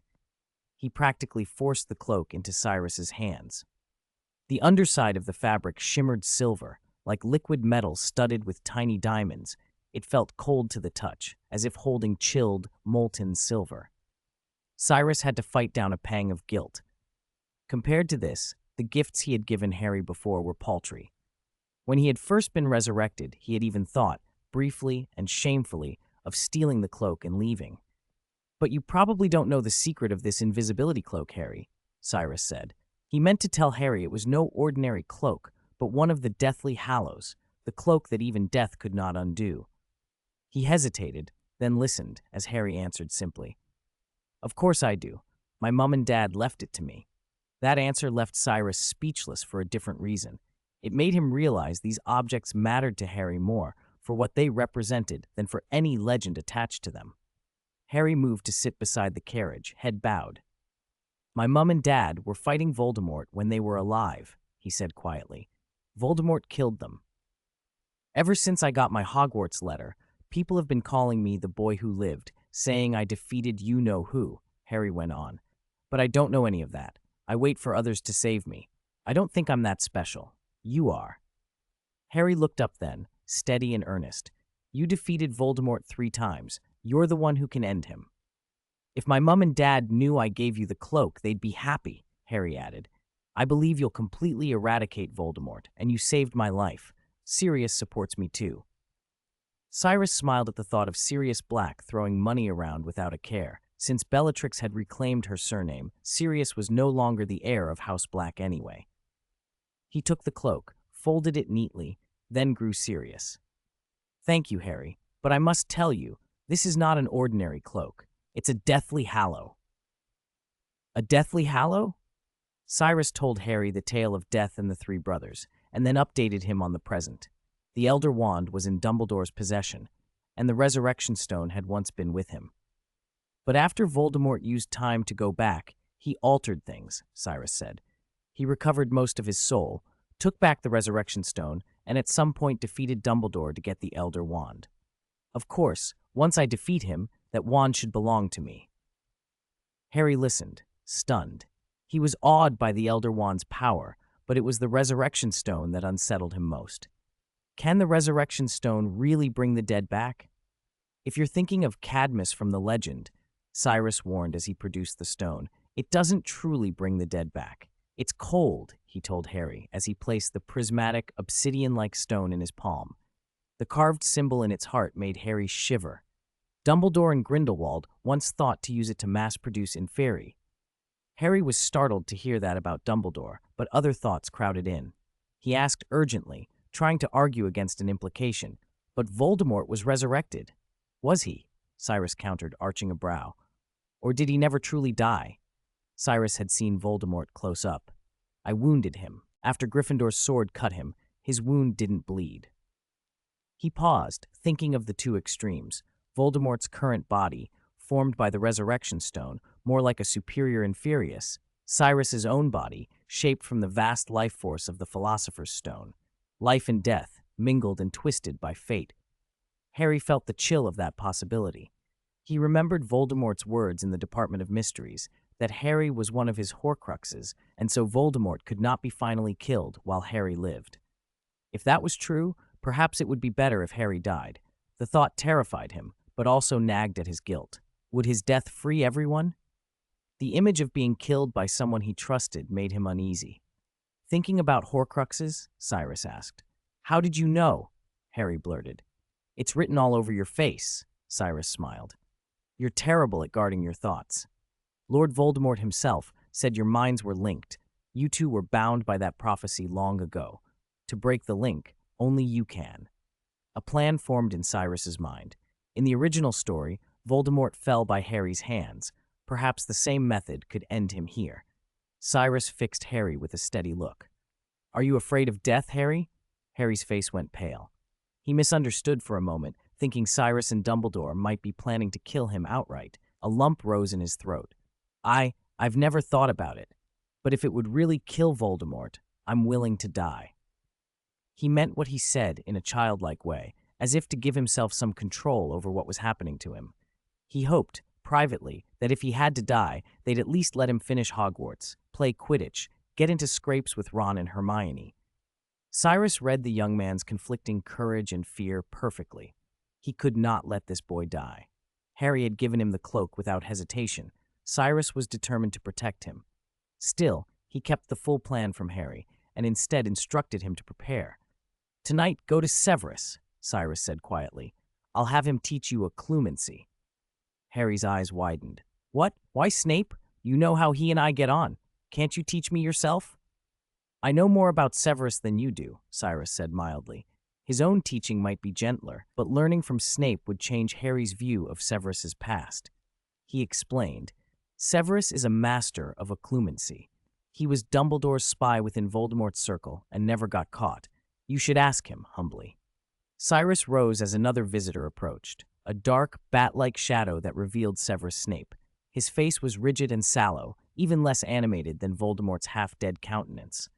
The two dragons flanking the carriage growled low, but Cyrus held them back. Let's go inside, he said. I'm taking a risk coming to you, Cyrus, Snape said in a voice like a rotting marsh. The Dark Lord ordered me to brew a potion to counteract basilisk venom. Is that what he said? Cyrus asked. It was odd. Gryffindor's sword had been enchanted with basilisk venom when it cut Voldemort, yet that venom shouldn't have been enough to stabilize or prevent Voldemort's current unnatural state. Snape continued, that venom is corrosive. His body will be unstable. Cyrus thought it over. It was possible. What do you propose? Snape asked. He was now working for Cyrus. This was the sort of decision that needed Cyrus's approval. Brew an antidote to heal Voldemort, or sabotage and let him die? Treat him as if with all your heart, Cyrus decided without hesitation. Voldemort himself is an excellent potions master. He'll notice if you tamper. But if his injuries aren't healed, how will he dare show his face? Cyrus had grown weary of the cycle. Voldemort resurrected again and again. The third task he set for himself was to make Voldemort die completely. He looked at Snape and, voice softening, added, Severus, there's another thing I need from you. You name it, Snape said. Teach Harry occlumency and make sure he learns it. Snape's expression twisted with loathing, as if the request were beneath him. There are other candidates, he said with a sneer. Perhaps, Cyrus agreed, but I think you're the most suitable. He spoke with the tone of someone used to persuading others. Then quietly, he said the one thing that would always find a place in Snape's mind. Think of Lily's eyes. 230, Resurrection Stone. Think of Lily's eyes. Snape stumbled back into his office, the words still echoing in his head. It wasn't just nostalgia that gripped him, it was anger. When Cyrus had said that phrase, it had acted on him like Dumbledore's authority, almost like a spell. The moment the words left Cyrus's mouth, Severus Snape felt himself seized. What could he do but submit? And now he found himself forced to hunt for Lily's shadow in the eyes of Harry Potter. Teaching Harry occlumency did not seem so intolerable in itself.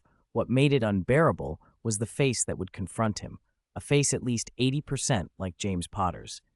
Every lesson would remind him of the couple who had ended up together, Lily and James, both dead, buried together. The thought stabbed him. He was not the only one in torment. Harry suffered as well. He couldn't understand why Cyrus had asked Snape for help. There were plenty of wizards who knew occlumency, perhaps Cyrus himself or even Dumbledore. Why Snape? Why force this particular awkwardness on both of them? Snape's fury helped him swallow a hearty piece of pumpkin pasty in the Great Hall, while Hermione and Ron watched sympathetically. If Hagrid favored Harry, Snape did not. Gryffindor had lost more points because of Harry this year than in all previous years combined. Ron asked with a mouthful whether Cyrus had explained why he chose Snape. Harry shrugged and chewed. Why indeed? Perhaps Cyrus didn't want his remaining days to be comfortable, Harry thought darkly. He still felt that his death was necessary to defeat Lord Voldemort, and the happier his days at Hogwarts, the more he dreaded what was coming. Sometimes he wished he could die now, while he still had the courage to meet it. In 2 years he might cling to this life and to his friends, Ron, Hermione, Ginny, and be unable to let go. Hermione noticed his mood. "What's wrong, Harry?" "Nothing." He pressed his lips together, blinked back tears. He couldn't tell them the truth. If Ron, Hermione, and Ginny knew about Cyrus's demand and the resurrection stone, they would pester Cyrus and Dumbledore for other solutions. They would refuse to accept this plan. Harry wanted them to have hope, so he kept his fears to himself. "How often are you seeing Snape?" Hermione asked. "Twice a week. Wednesday evenings and weekends," Harry answered. Apparently Cyrus's command had made Snape increase Harry's workload to make sure he learned occlumency in time for the third task. Ron, ever more concerned with practicalities than portents, asked, "But you're not a champion anymore. Why the rush?" "Maybe he wants me to kill you-know-who in the third task," Harry said lightly, trying for a joke. Ron's spoon nearly fell from his hand. "Don't say his name like that. He's too scary." Ron went white at the memory of the Department of Mysteries. None of them had been untouched by that night. Harry no longer tried to correct their fear of the name. After what they had seen, even saying it aloud felt dangerous. Hermione and Ginny were pale at the memory, too.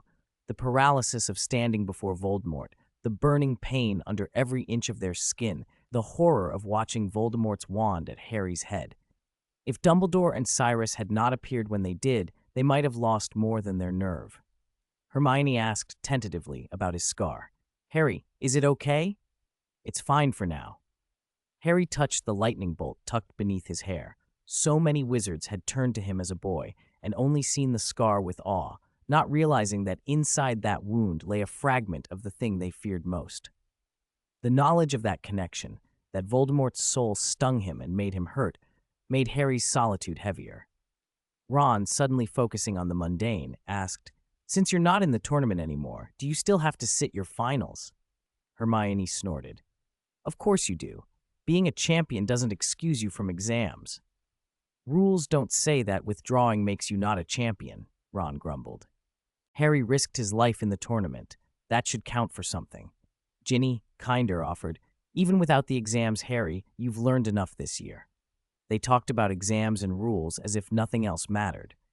To Harry, it felt absurd, his mind filled with death and destiny while they debated OWLs. For a moment he wondered, absurdly, whether this was all a dream, whether he'd wake in the tiny room at Privet Drive, bruised from Dudley's blow, and none of it would be real. He knew, though, that he would rather die than find that Hogwarts was only a dream. A memory floated up, the diary, the glimpse of Tom Riddle's past. He and Voldemort were alike in more than appearance.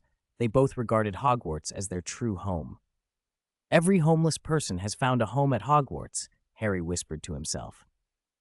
The resurrection stone Cyrus had given him throbbed in his pocket like a living thing. "Spin it 3 times, and you will see what you wish to see."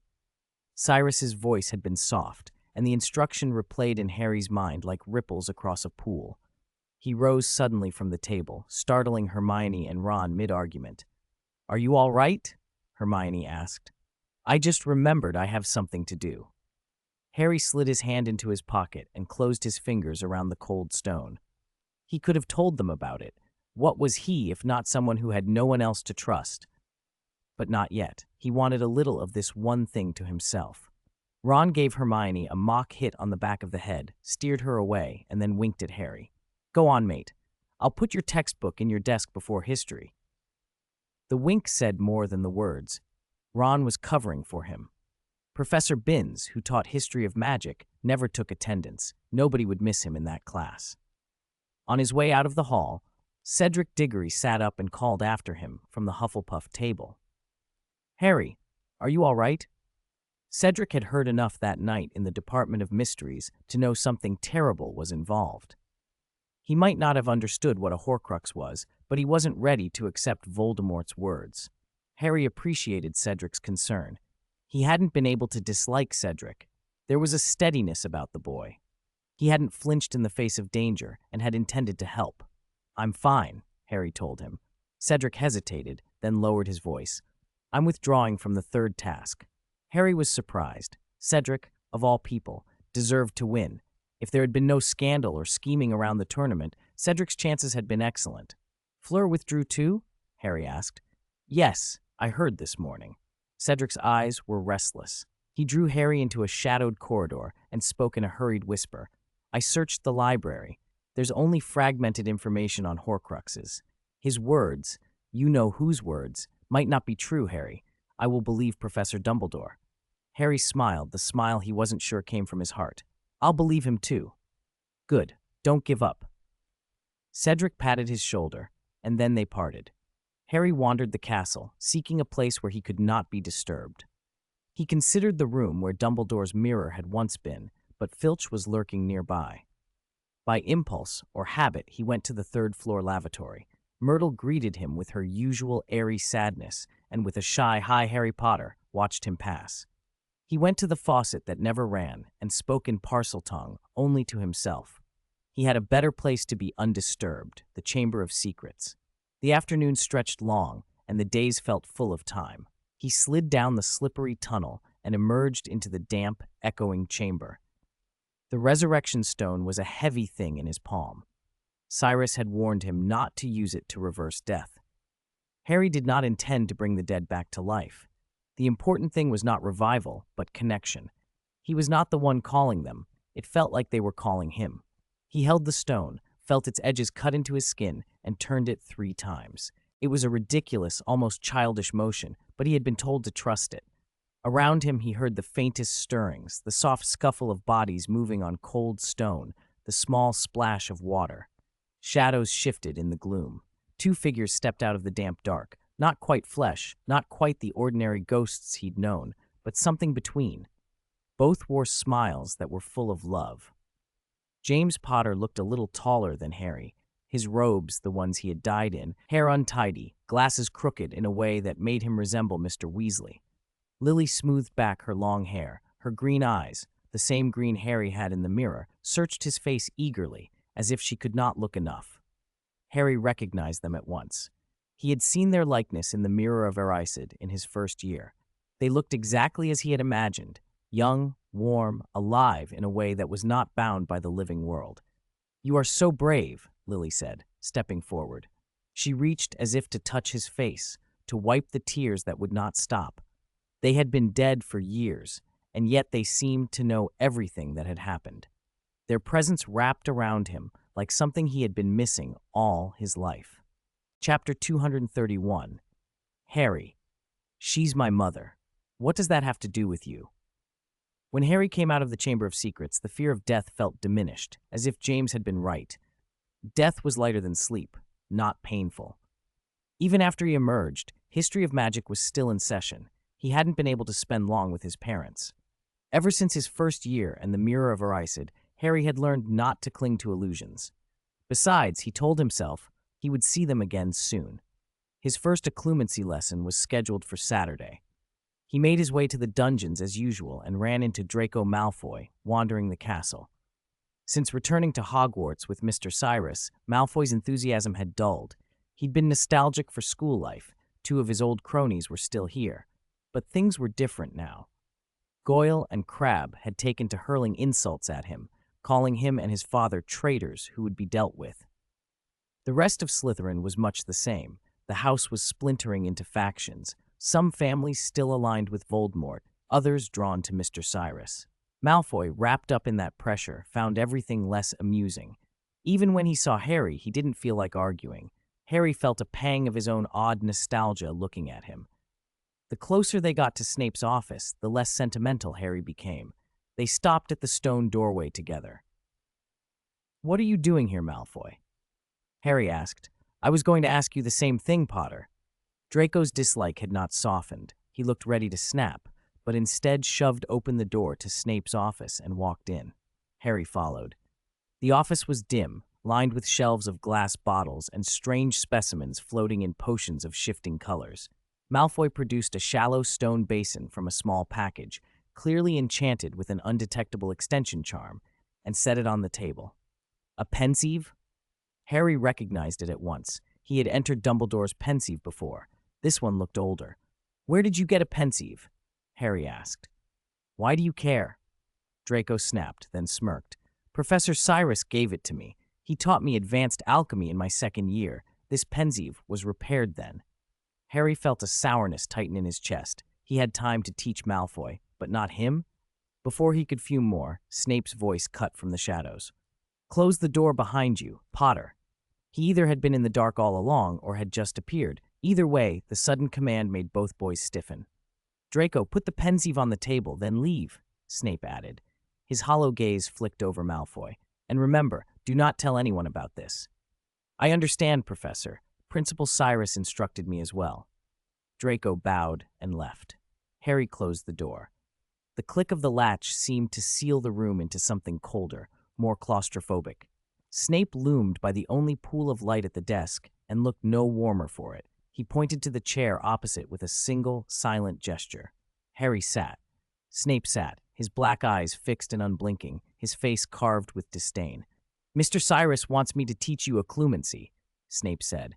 "I can only hope you're a little smarter than you are in potions." Harry pushed back his anger into a sharper curiosity. "Why does Mr. Cyrus think I need it?" Snape's lip curled. He paused, savoring the correction. "This is not a common class, Potter, but I am still your teacher. Address me as Professor or Sir."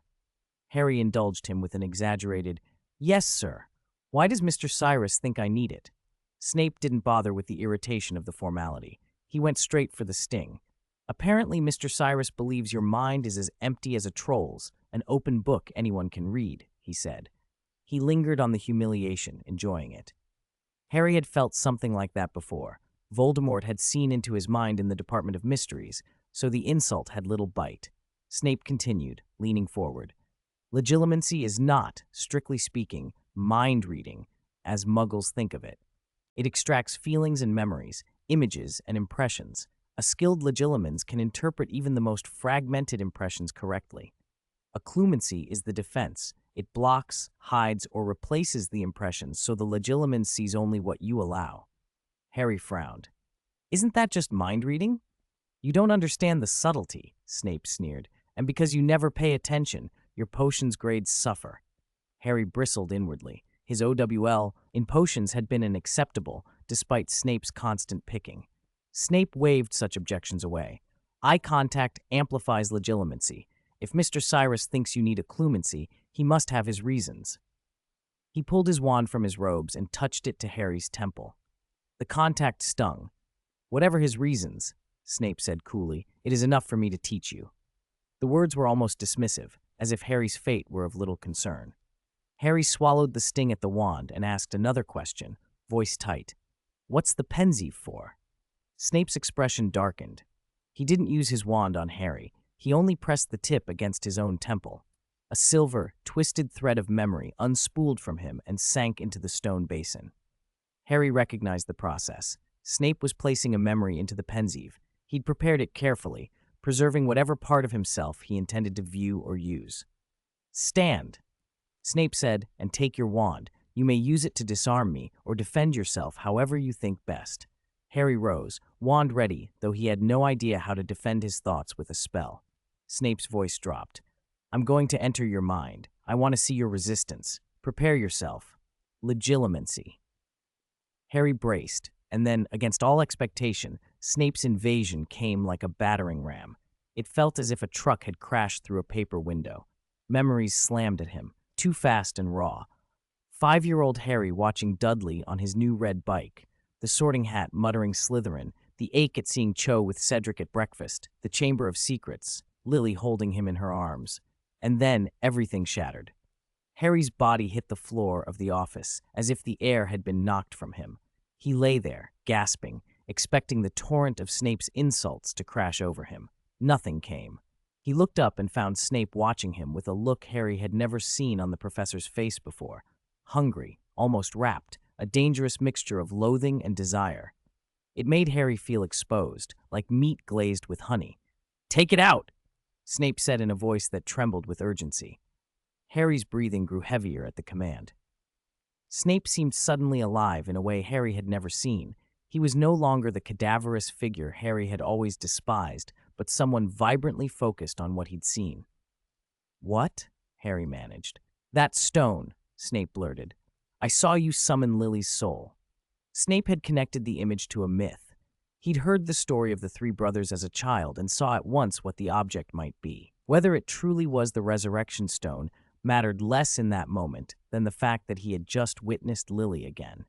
He reached toward Harry as if to seize something tangible. "That's my mother. What does that have to do with you?"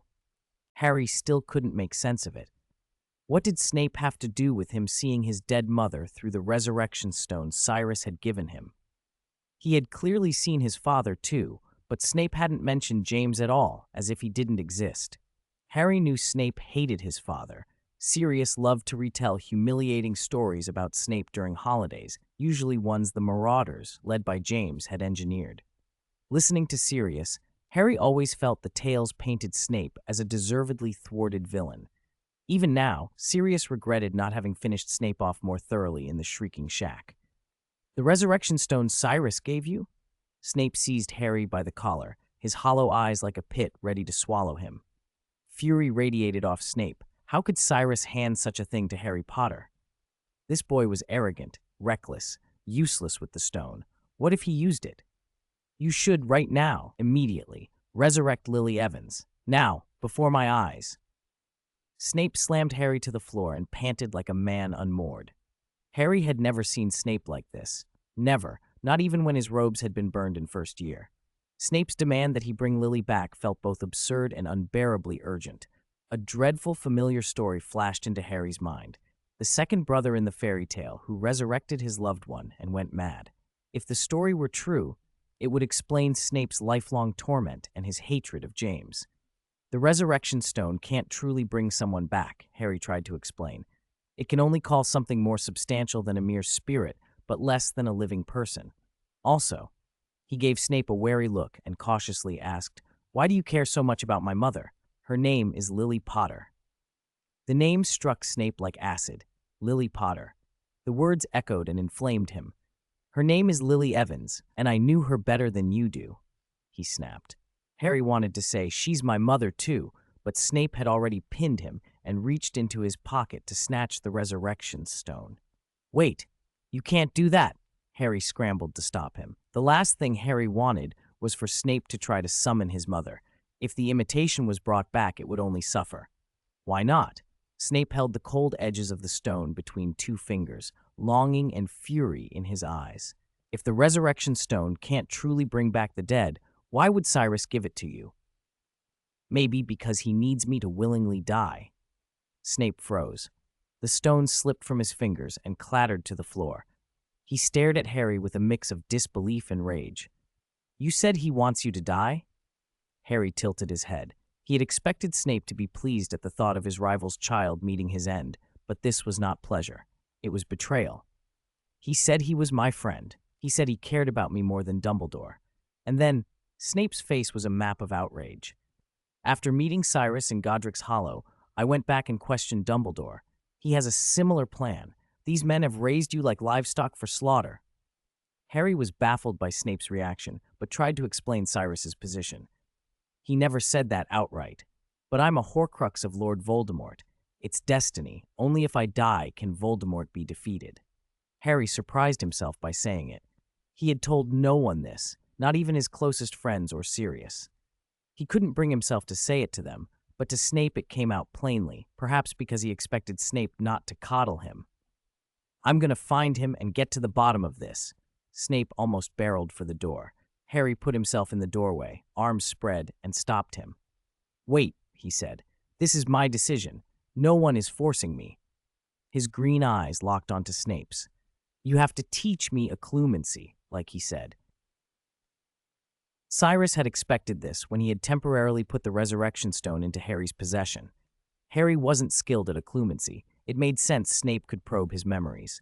What Cyrus hadn't expected was how Harry would handle Snape afterward.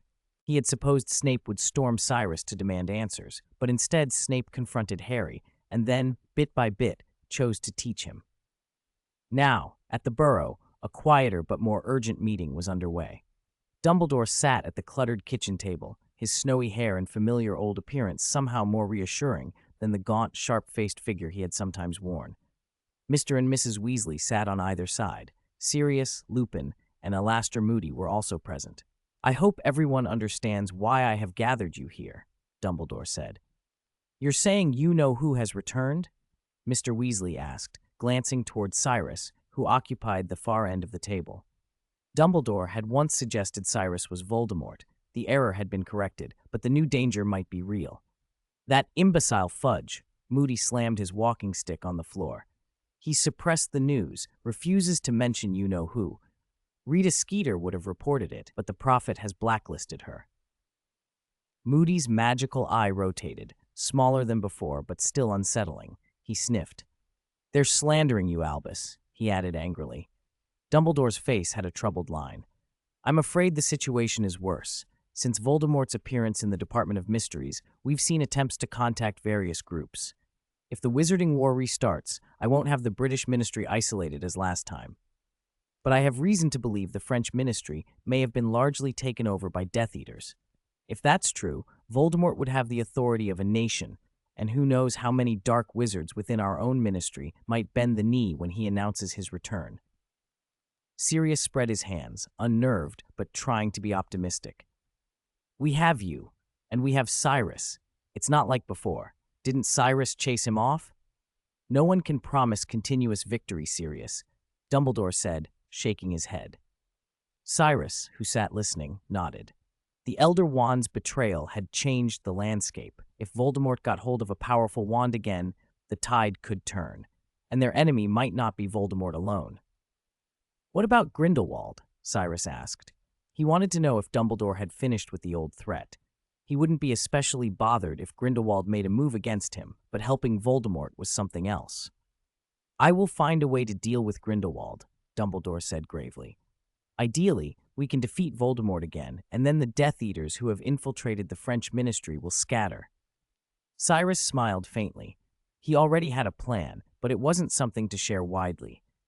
Only Dumbledore knew the details. Their relationship was complex. Dumbledore had once sent Cyrus to Azkaban, yet Cyrus still trusted him.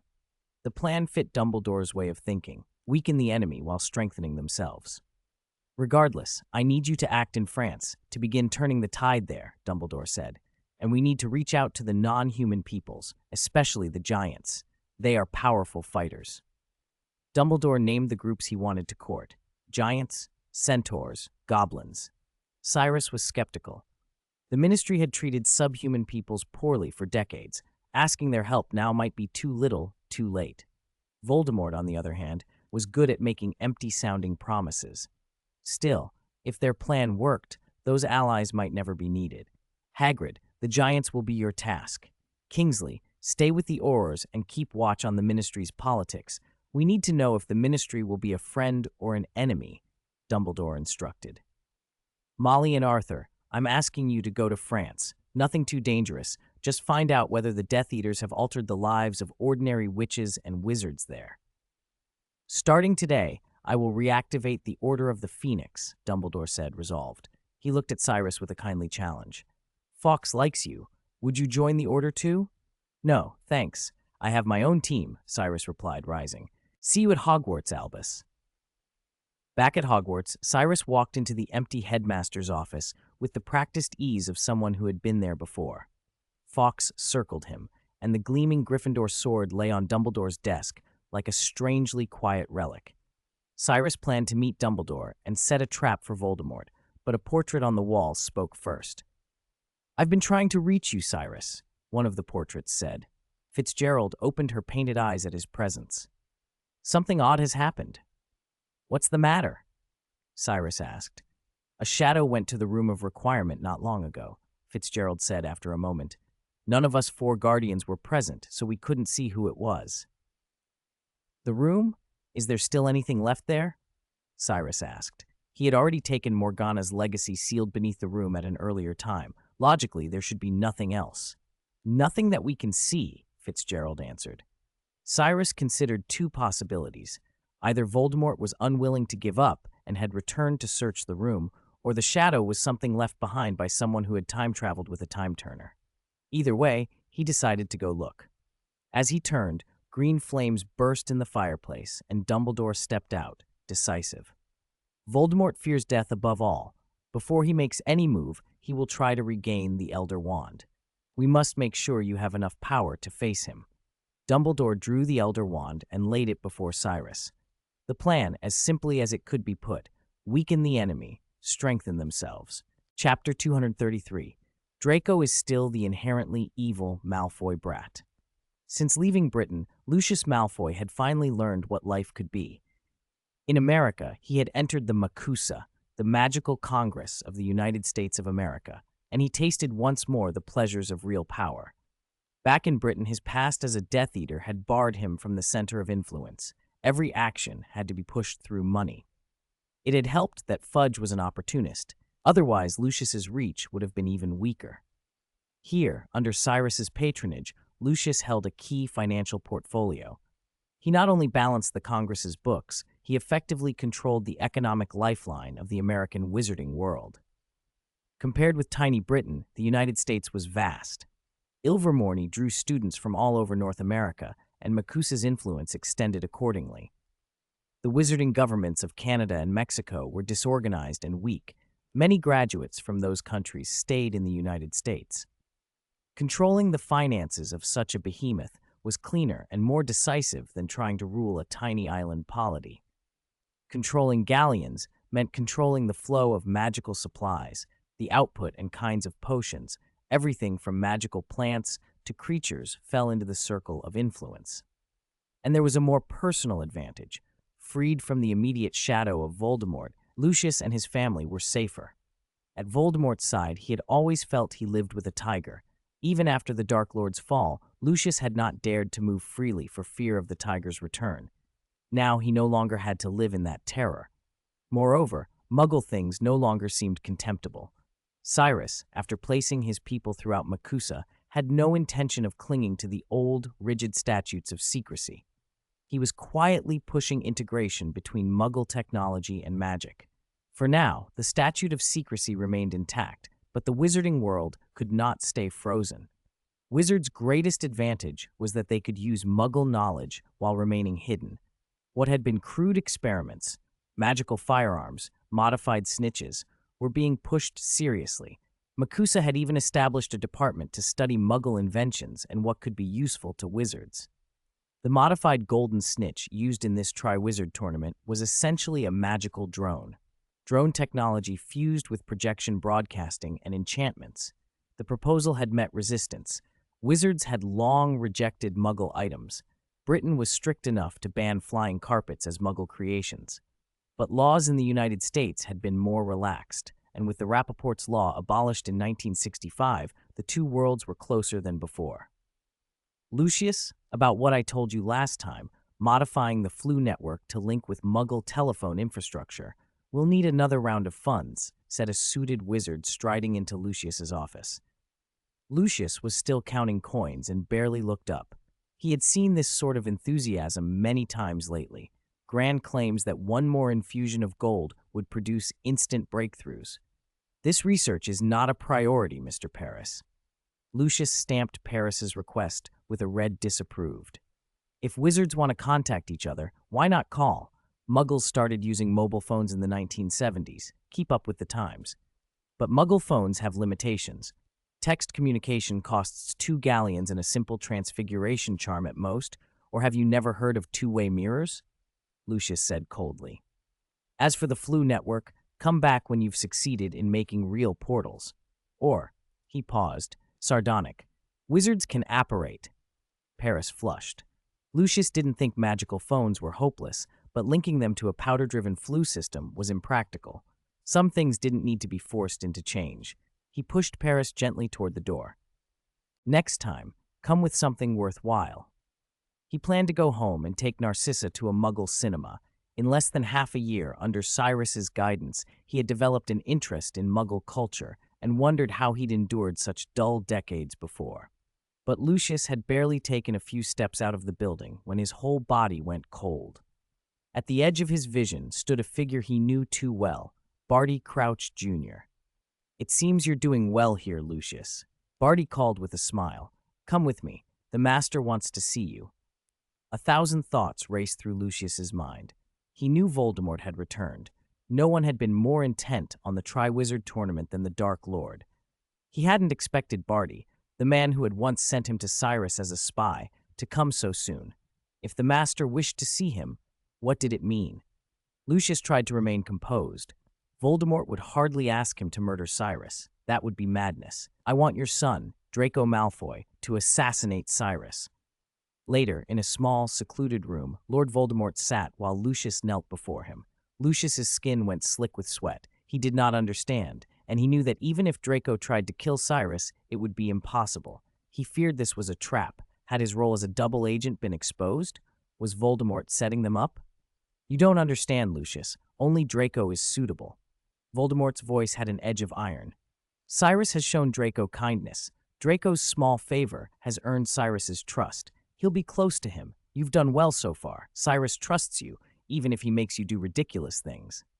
Voldemort dismissed Cyrus's interest in Muggle technology as senseless. To him, power made money irrelevant. Strength would always draw wealth.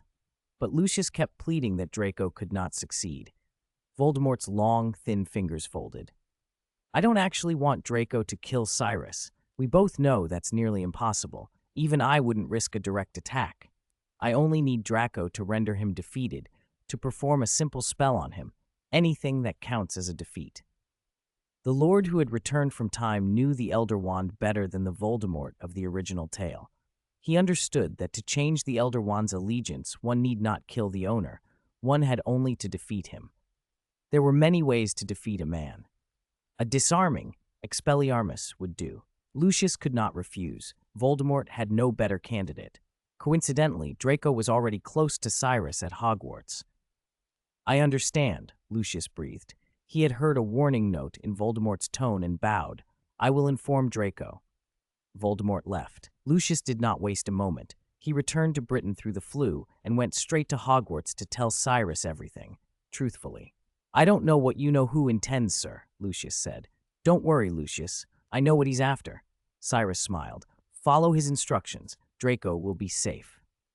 Cyrus and Dumbledore had already anticipated Voldemort's aim. He needed a way to restore his connection to the Elder Wand. They would let events unfold and intervene when necessary. This is an opportunity, Cyrus added. I can give Draco lessons. Expelliarmus is too simple. How about a clumency? He might get close enough to make a misstep. So Draco became Cyrus's pupil. Everything was watched by Barty, who was disguised as Madame Maxime. He could not see what transpired inside Cyrus's carriage, but he watched from where he could. Draco, never able to resist showing off before Harry, made his intentions plain, and it did not take long for Madame Maxime to hear the rumor. Days slid by. The school year raced toward its end. The ministry had been rebuilt, and the castle felt lighter in people and duties. Harry noticed Hagrid's absence weeks before. In recent months, care of magical creatures had been taught by Newt Scamander, and Newt proved a more polished instructor than Hagrid. Where Hagrid relied on brute affection for monsters, Newt brought careful knowledge and a suitcase full of wonders. He summoned a Zou that looked like a cross between tiger and lion, a mane of golden fur that flashed like a filament, tail streaming crimson. He handled it as lovingly as a house cat. Nifflers, horned serpents, kelpies, and even a Chelan had passed under Newt's care. That Chelan's birth had been a long time coming. Cyrus had met a Chinese Chelan years ago, and through Hagrid's matchmaking and Cyrus's introductions, Newt and Hagrid had arranged breeding. Hagrid, born to meddle in matters of mating, found several willing Japanese females for the Chinese Chelan. Some were now pregnant. Whether pure-blooded Chinese Chelan would be produced remained to be seen. More pressing to Harry was unexpectedly being summoned by Cyrus. He walked out across the Quidditch pitch toward the carriage. The two dragons that often lounged there were absent. They spent most of their time roaming the Forbidden Forest now. Halfway along the path, he saw Malfoy speaking with Cyrus at a distance. Their conversation seemed to have ended. Cyrus turned his back and began to walk away.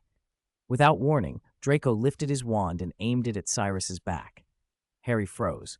Draco looked as if he meant to strike. The sight stunned Harry. He had believed the Malfoys had betrayed Voldemort and allied themselves with Cyrus. Had everything been a ruse, or was Draco simply being true to the malicious Malfoy nature everyone claimed he had? A few minutes earlier, Cyrus had pulled them out of the memory and closed the pensieve. "That's enough for today, Draco," he said. Draco Malfoy was panting, exhausted. Cyrus gave him a sincere nod. "You've come a long way. I think even your father, Lucius, wouldn't do as well as you at occlumency." "Better than my dad?" Draco repeated, surprised, delighted, and half in disbelief. The praise lit him up. Cyrus smiled. "Yes, you're better than Lucius. He's only a little older than you, but you've taken to this far quicker." Draco had never imagined he could outshine his father. Lucius had always been a figure of authority at home, stern, upright, deliberate, while Draco had once spent his school days scheming petty humiliations for Potter, dressing as a Dementor to frighten him, sending fake love letters, pretending to be hurt to bait a creature. Thinking back now, those pranks felt childish and absurd. But things had changed. Cyrus said he surpassed Lucius, and the Dark Lord had given him a task that was both dangerous and glorious. He had trusted Draco. That thought echoed in Draco's head. Not long before, the Dark Lord himself had found him and recruited him. Draco had been terrified, but he was also eager. Ambition was a Slytherin's hunger. Standing in the memory, Draco lowered his head to accept Cyrus's praise, though his eyes glinted. Beneath excitement there was tension and fear. Attacking someone like Cyrus was no small thing. Fortunately, the Dark Lord had altered his memories. He was confident Cyrus couldn't see through him. And so far, in their occlumency practice, Cyrus had found nothing to suspect. Draco had not yet found an opening, until today. This might be his last chance. As they walked along the Black Lake at sunset, Draco scanned Cyrus for any weakness. Fate seemed to be nudging him forward. Cyrus suggested a walk, and crucially, placed his wand on the table before them. Sweat pricked Draco's palms. He forced his face to calm. "Of course," he answered when Cyrus proposed meeting Harry. He breathed quietly and followed. They passed Ilvermorny students in carriages who waved at Cyrus. A few Hogwarts students strolled near the lake. Today wasn't a holiday, so Draco could afford to wait. The two dragons were not here either. Trying to stall, Draco started a conversation. "By the way, Principal Cyrus, where's my aunt?" he asked. Bella had been absent for some time. Cyrus answered easily. "She's dealing with her own matters. Beauxbatons and Durmstrang are pushing to cancel the Triwizard tournament, but Dumbledore is adamant. As one of the judges, she's representing Ilvermorny in negotiations with the International Confederation of Wizards." The Confederation had good reason to grumble. The British ministry had been shaken. 2 black dragons had fought in London's skies, a catastrophe the public had seen. If Newt hadn't intervened, using swooping evils and a Thunderbird to cast a large-scale memory charm after the second task, the damage could have been far worse. "Beauxbatons and Durmstrang want to end the tournament?" Draco asked, puzzled. Cyrus explained. Madame Maxime had complained about the tournament's state. Fleur Delacour, the last champion, planned to withdraw, and Maxime threatened Beauxbaton's permanent withdrawal unless they were allowed an extra champion. Grindelwald's motive from Durmstrang was different but obvious. He wanted to prevent the prophecy. If Voldemort could not kill Cyrus in the Department of Mysteries, then the prophecy would still stand. Terminating the tournament might change that future. "Will they cancel it?" Draco asked. "Of course not." Cyrus laughed coldly. "Dumbledore and I both expect you-know-who to appear in the third task. Why else would Beauxbatons be allowed an extra champion?" "You mean you-know-who?" Draco asked cautiously. "Why would Beauxbatons be involved with him?" "Because you-know-who already controls Beauxbatons," Cyrus said. "Do you really think the woman you see is the real Madame Maxime? His disguise is good, but the longer it continues, the more flaws appear. At first, Dumbledore and I missed it. Now," as Cyrus spoke, Draco had a moment of panic. Had he already been exposed? But no, this was still his last chance. His occlumency had held. Cyrus's wand lay on the table. He told himself to act. He inhaled, hands steadying. He reminded himself it wasn't hard. He could do it. One spell, a quick portkey, and he'd be gone. The Black Lake's environs wouldn't stop a portkey. He raised his wand. At that precise instant, Cyrus turned his head. Draco nearly dropped the wand. "What's wrong?" Cyrus asked. "Nothing, just a bit chilly." Draco forced calm. Occlumency helped him hide the shaking. Cyrus watched him for a moment and then relaxed. "Harry's a bit late," he said. "You don't have to wait with me. If you're hungry, go to the Great Hall. Dinner's about to start." Cyrus put his hand on the carriage as if to return to it, back turned to Draco, and Draco saw his chance. He couldn't hesitate any longer. He acted fast, shaking off fear with a flash of reckless courage. Behind Cyrus, he muttered the cut spell. "Defendo!" An invisible tearing blade sliced through Cyrus's back. Blood flared across his robes like a dark bloom. Draco watched in horror and grim satisfaction as Cyrus's face registered shock and pain. He thought, "It's done." But the sight of Cyrus wounded wasn't enough. If he truly killed him, if he eliminated him outright, the praise from the Dark Lord would be beyond imagining. Ambition drowned out the last of his fear. He raised his wand again, intent on finishing it. The green jet left his wand in a roar. "Avada Kedavra!" Another spell cut across his path, faster than he was. "Expelliarmus!" A red beam struck Draco's right hand, knocking his wand flying. He turned in stunned terror to see Harry lunging at him, furious and primal. "Malfoy!" Harry roared, spell light in his eyes. "You dare hurt Cyrus?" Harry's rage made him reckless. His eyes were raw and wild as he attacked. Draco, now disarmed, snapped into survival. He drew the portkey without hesitation. "Pop! Pop!" Lord Voldemort reached out and crushed the memory phantom. "So this is what happened?" he asked, his voice flat. Draco knelt, weak and broken. Voldemort had pried open his mind. The moments from the walk were displayed in brutal detail until Draco's head felt like thick paste. He tried to explain, voice shaking. "I almost succeeded, my lord." He knew, with the sick certainty of a failed plan, that he had failed. Tears ran down his face, his body convulsed. Standing over him, Voldemort's presence was like a hand around his heart. Every breath felt like bargaining with death. "No, you're wrong, Draco." This time Voldemort's tone was gentle and mocking. "You were never going to succeed. Did you really think I would count on you to attack Cyrus?" Draco's lips trembled. "Master, I don't understand." Voldemort didn't answer. Barty stepped forward instead and clarified with a smile. "The memory was convincing, my lord, but it was flawed." He spoke as if admiring an illusion. Every detail Draco remembered was seamless, Barty conceded. The only flaw, and the fatal one, was that Draco actually managed to wound Cyrus in the memory. Even if Cyrus had no wand, you couldn't have hurt him. Barty knew Cyrus's power better than most. He had watched the night Cyrus had twisted Voldemort's wrist. With a body that fierce, ordinary spells could not harm him, yet Draco's memory showed a sneak attack that bled. It was impossible. The memory had been false. From beginning to end, your memory was false. Voldemort's words dropped like ice. Draco and Lucius felt their blood run cold. Draco pleaded, pressing his forehead against Voldemort's foot. "Please, master, I didn't mean to deceive you." "Look up, Draco," Voldemort ordered. Before Draco could move, magic seized him. He was lifted as if by invisible fingers and forced to meet Voldemort's gaze. His face was racked with fear and shame, every feature twisted. Voldemort's magic invaded his mind. You and Cyrus deceived me, did you not? Draco could not answer. His spirit had been broken. He could only shake his head, tears smearing his face.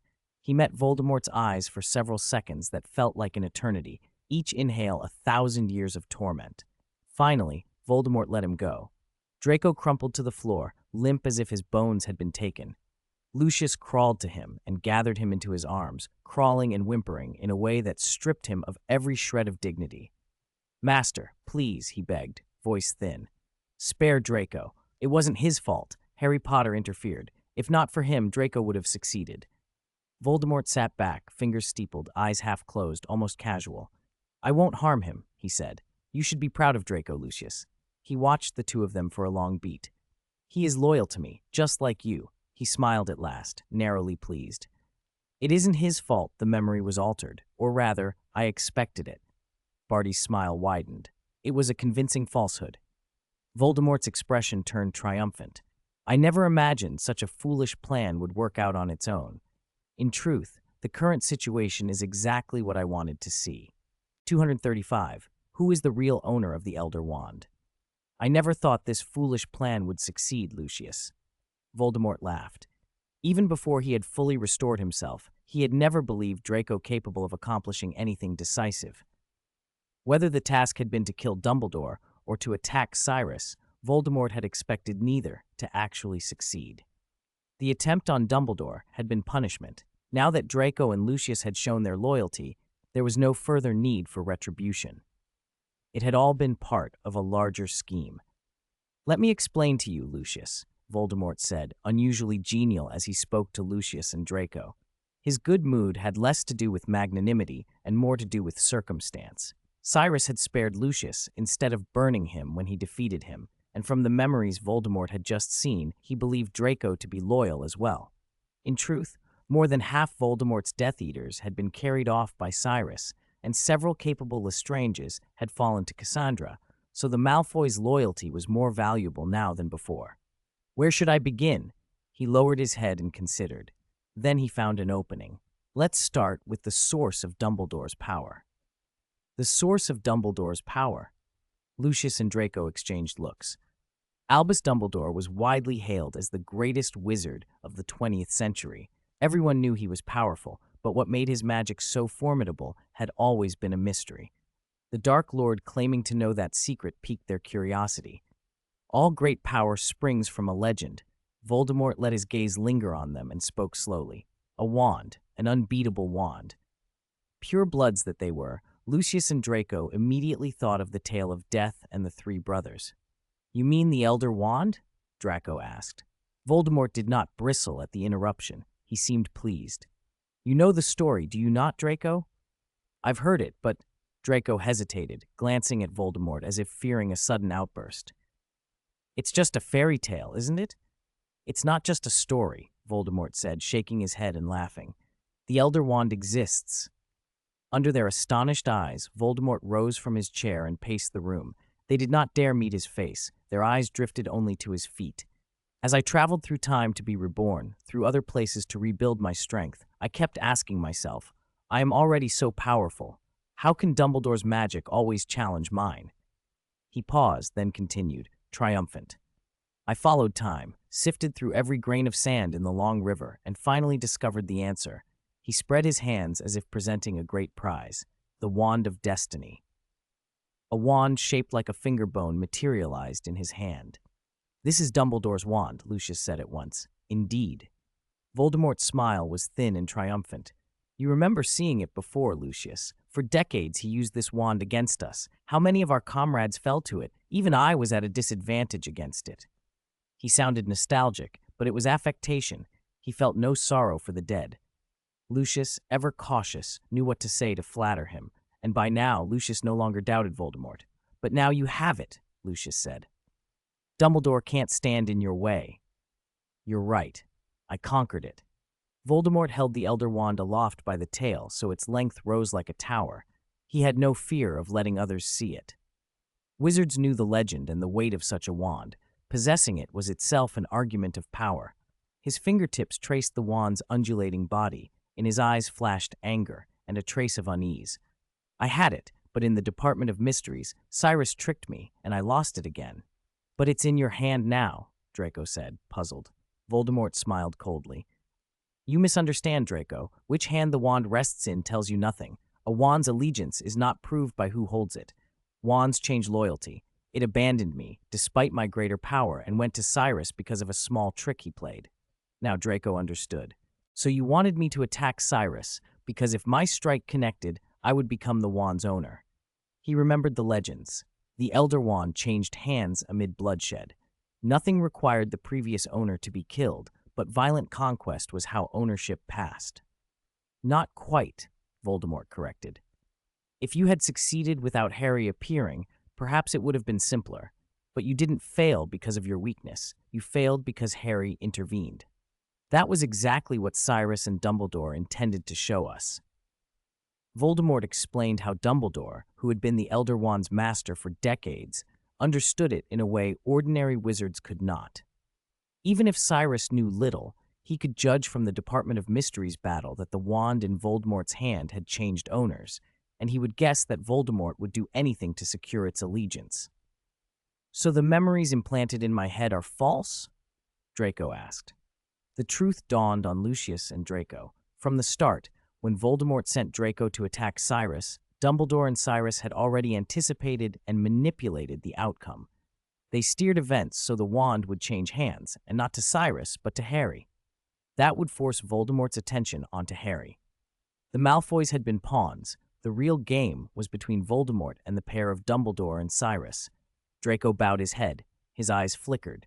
He remembered months earlier when he had begun occlumency lessons with Cyrus. Cyrus had told him all the plans and had said he could withdraw if frightened. Cyrus would protect him and his family. Draco had refused. He had wanted to prove himself. Most of Draco's memories were now sealed in a diary by magical means, so even Voldemort could not see the whole truth. Voldemort believed Draco's apparent loyalty. In reality, Draco was like Severus Snape, practicing occlumency to hide his true allegiance. So Harry is bait, Draco said, keeping his voice steady as Cyrus had taught him. Or precisely the opposite, Voldemort said. They want me to believe Harry is bait. You said my memories were altered, Draco pressed. How could you not notice? How could you be fooled?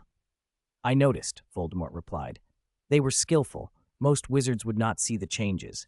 But Dumbledore and Cyrus wouldn't treat me as an ordinary opponent. They expected I would detect the alterations. He fell silent a moment, then allowed the thought to stand without finishing it aloud. Because I fear death. Everyone knew Voldemort's pursuit of immortality, his obsession with avoiding death. Against that fear, layers of doubt form. And in the midst of those doubts, the wand's ownership, like fate, fell to Harry Potter. They must have counted on me being suspicious, on me thinking it impossible that Harry could be the wand's true owner. If I did believe otherwise, I might move to seize the wand again.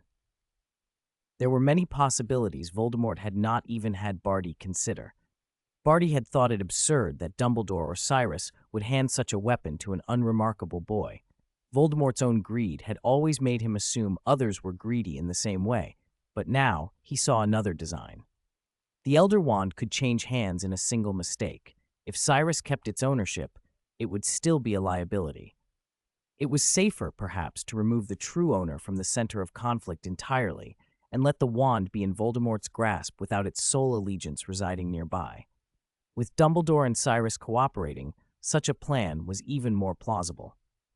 So you're saying Harry Potter is now the wand's true owner? Barty asked. He had once held a high and trusted place among the Death Eaters. Voldemort indulged his carelessness now and then, even when he mentioned the prophecy. He is. Voldemort nodded with absolute certainty. It was meant to be. You used to say you didn't believe in that prophecy, Barty said, reflexively. It was a sore point. That prophecy had led Voldemort into many mistakes. Harry had seemed an ordinary child whose unusualness was the making of Voldemort's own actions. I do not believe it, Voldemort answered, but someone else does. Dumbledore believes it. If the greatest wizard of our age places his faith in a prophecy, you cannot simply ignore what that belief will make him do. He smiled thinly. So we turn our attention back to that boy. Perhaps it is fate, Harry Potter, Voldemort said softly, that only one of us can live. Someone wants you dead. Everything is as I expected, Dark Lord, Lucius said. With what's happened, Draco probably won't be able to return to school. Lucius shook his head, troubled. Otherwise, he might have brought Harry Potter back to you. You are considerate, Lucius, but unnecessary, Lord Voldemort said with a smile. We cannot alert the enemy. Forcibly abducting someone from Hogwarts would be too risky. Ideally, we should make our move just before the tournament begins. Voldemort sat back, crossing his legs. He waved his hand, dismissing Lucius and Draco. Only he and Barty remained. As the Malfoys left, his expression shifted. With Lucius and Draco, he had seemed merciful and indulgent, hardly the tempestuous Dark Lord. Now, alone with Barty, the mask dropped. His handsome face took on a chilling edge. Arcane marks flared outward from his eyes like tearing lightning. Far from disfiguring him, they only made him more compelling. The final task is set for the end of July, Barty said after a pause, but whether it can go ahead as scheduled is uncertain. Originally, the third task had been planned for June, before the end of term, but the Ministry's reconstruction, the International Confederation of Wizards' re-evaluation of the Triwizard Tournament, and disputes among the four schools had left many doubting whether the tournament should continue. Last time it almost broke the Confederation's secrecy statute, Barty explained. Although the Ministry cleared the memories of Londoners in time, the Muggle world still has visual records. Some people weren't caught in the rain and evaded the memory charm. In the modern age, once large-scale magic is witnessed, the cost of concealing it rises dramatically. Fortunately, the Minister for Magic had kept in contact with the Muggle Prime Minister. Voldemort, of course, cared nothing for statutes of secrecy. He wanted domination. The tournament must continue, he said. The Triwizard Tournament was his way into Hogwarts, his chance to kill the two greatest enemies in his life and to announce himself to the world. He needed a spectacular return to make those who had forgotten him remember the terror he could unleash. If everything went according to plan, Cyrus would die by his hand. It did not strictly have to happen now, but Voldemort did not want to wait. He knew Cyrus's potential. Given time, Cyrus could grow still stronger, and Dumbledore would have more opportunity to prepare. He had intended to kill Cyrus in the Department of Mysteries once before, and failed. He would not lose the opportunity again. Voldemort waved, and two delicate cups of black tea materialized on the table, one before him and another on the opposite side. Barty looked down, surprised. The second cup was clearly not for him. Voldemort spoke then. Our ally has arrived. Go and greet him. Barty nodded and left. A short while later, a tall, white-haired wizard entered, Grindelwald. He sat easily, picked up the still warm cup, and took a casual sip, showing no fear that Voldemort had poisoned it. Good evening, Mr. Grindelwald, Voldemort said. We have some matters to discuss, chiefly how to kill Cyrus. About half an hour later, Grindelwald left. The terms had been simple. Voldemort promised Grindelwald he would not harm Dumbledore during the tournament. In return, Grindelwald would ensure Dumbledore did not intervene in the conflict between Voldemort and Cyrus, and, if possible, would help kill Cyrus. Their agreement was not merely spoken. They bound themselves with an unbreakable vow. If either violated it, the curses they had intertwined would destroy their bodies. Barty had acted as witness and looked pleased. Grindelwald had been eager to sign. Voldemort, however, was skeptical. Grindelwald is not to be trusted, Barty. But last time he kept Dumbledore from interfering for you. That was last time. If Dumbledore suspects a hidden danger, he will not ignore it, unless he is confident Cyrus can kill me alone. Voldemort pinched his chin and considered. Will Dumbledore allow Cyrus to become the owner of another Elder Wand? Barty frowned. If Cyrus obtained the Elder Wand, Voldemort's advantage would be diminished. Voldemort merely sneered. That depends on how much Dumbledore trusts him. Even if Cyrus acquires the Elder Wand, I am not afraid. Two Elder Wands counteract each other in subtle ways, and in outright power, I am confident. I have gathered so many fragments of soul that I already exceed what I once was. I am unrivaled. His eyes narrowed, his pupils contracted like viper fangs. He replayed every detail in his mind. Draco's memories, the pact with Grindelwald.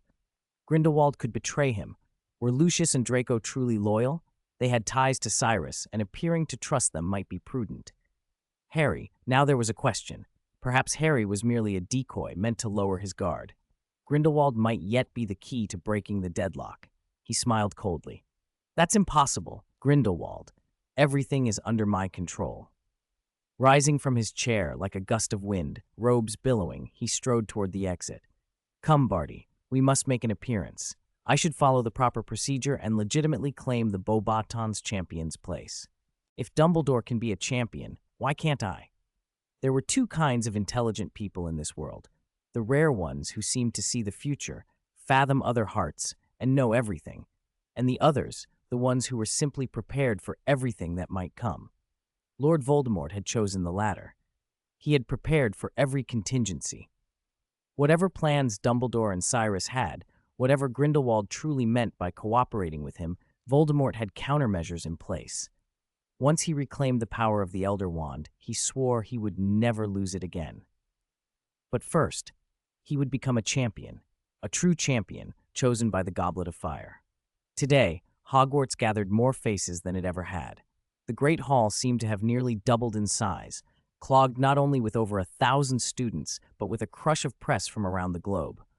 The Daily Prophet was there, naturally, but so were journalists from the New York Goblin Gazette and the French Gargoyles' Roar, magic cameras and flash charms at the ready, aiming toward the long teacher's table. Dumbledore had overruled objections and decided the third task would go ahead. Today, Beauxbatons would present their new champion. Since early morning, Barty Crouch Jr., disguised as Madame Olympe Maxime, had sat erect in his chair. The reporters had more than sport on their minds. A magic drone had captured Cyrus defeating Grindelwald not long ago. Even though most had not watched the duel itself, that single image, Cyrus striking down Grindelwald, had sent shockwaves through the wizarding world. For days afterwards, it seemed both the New York and French papers had done nothing else. Across Europe and North America, readers had seen Cyrus's decisive blow. The image had even reached far-flung places. Voldemort's name was sensational too, though Fudge had forbidden the Daily Prophet from running stories about it, dampening the British coverage. Outside Britain, many did not yet care about the Dark Lord's fortunes. Still, Voldemort and Grindelwald were two of the most feared wizards alive, and talk of either of them raised international attention to the Triwizard Tournament. The contest, with four of the world's most dangerous wizards involved, felt much more than a game. Hidden banners of Grindelwald's followers rose again in places, their proclamations tentative but visible. They were calmer than half a century ago, yet the banners alone sent shivers through older wizards who remembered the last time such symbols had flown. Everyone wondered if this was the start of another upheaval. The Great Hall was dim. The Goblet of Fire had ceased its goblin fire-lit glow. Only a cold, bluish-white light radiated from it at the center. Harry sat, craning his neck to look at the faces around the teacher's table. Reporters, International Confederation officials, ministry brass, parliament members, people they never normally saw so close. So many people, he murmured. If you knew more about wizarding history, you'd know why, Hermione said quietly. Grindelwald once plunged the world into chaos. But Cyrus already beat him, Ron replied, as if that settled it. We saw it. That's exactly it, Hermione answered. Cyrus is strong, yes, but Grindelwald's power was never only dueling skill. It was charisma. He could make people believe. That's what shakes the world.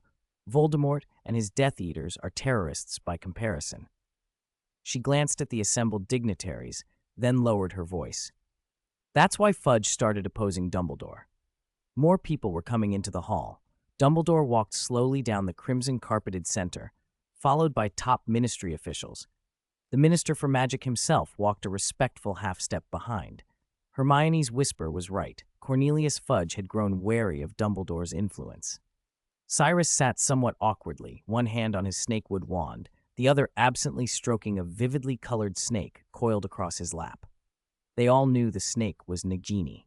Cameras swarmed the pair as if sharks smelling blood. Flashes vanished and returned like mirrors, catching the only light. Mr. Dumbledore, has you-know-who truly returned?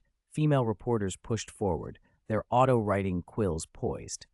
Mr. Cyrus, did you really defeat Grindelwald? Minister Fudge, why has the ministry been silent on you-know-who's return? Fudge's face tightened. He was not as composed as Dumbledore, and the press smelled it. Questions sharpened around him. Was the Ministry concealing the Dark Lord's return? Had they surrendered? Was Fudge calling Dumbledore senile? "You know who is dead," Fudge snapped, his face flushing. He desperately wished he could strike that insolent reporter down. Behind closed doors, he might say anything about Dumbledore, but not here, with the headmaster only a seat away. He tried to regain composure, and under Dumbledore's gentle, scrutinizing gaze, muttered, "Of course not. Cornelius and Albus, our relationship is close. Those are rumors." Dumbledore intervened calmly. "Cornelius is right. If he had not supported me, the third task might have been cancelled. I remain grateful." Reporters pivoted to Dumbledore, as if they had been waiting only to be handed a fresh target. "Mr. Dumbledore, I heard rumors of an unusual relationship with Grindelwald.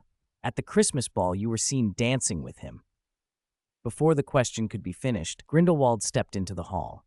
No one could say exactly when he had arrived. Suddenly, his silver, unsettling eye was on the room, radiating a gloomy power and a chill. The temperature fell. The reporter found himself rooted, breath stopped as if watched by a beast. Grindelwald did not act further. He gave a cold, contemptuous laugh, exchanged a brief glance with Dumbledore, and took his place. His presence was a magnet for attention. The dark wizard who had faked his death and now sat openly in the competition. None dared to question him. Dumbledore walked to the front of the table. His gaze stilled the hall. Voices fell silent to the crackle of the goblet's flame. "Thank you all for coming to Hogwarts to witness the final task of the Triwizard Tournament," Dumbledore said, his voice echoing. "Many unusual things have happened during this competition. I thank Cornelius for his continued support." The whole world was listening. "I believe you have come seeking truth." Cornelius Fudge jumped up, anxious and flustered, and hurried to him. "Albus?" "We must admit it," Dumbledore said quietly, looking Fudge in the eye. "Lord Voldemort has returned." "No, Albus," Fudge protested, shaking his head. He could not afford the responsibility of that truth. Admitting it would ruin him politically. He had convinced himself Dumbledore and Cyrus were overplaying things to take power. He was not going to hand the Ministry over to panic. "There is no concrete evidence. Let us concentrate on concluding the tournament."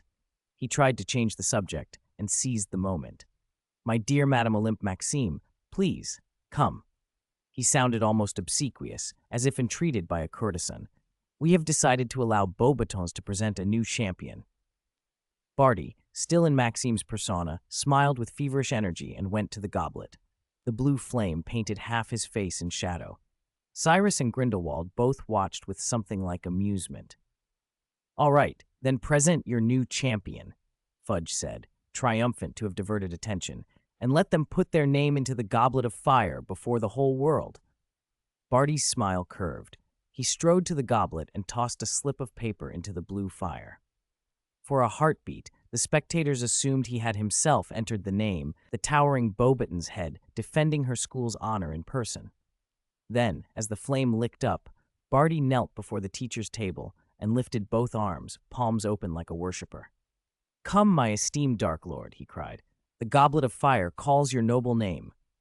The goblet's flame surged skyward, a whirlpool of blue toward the vaulted ceiling.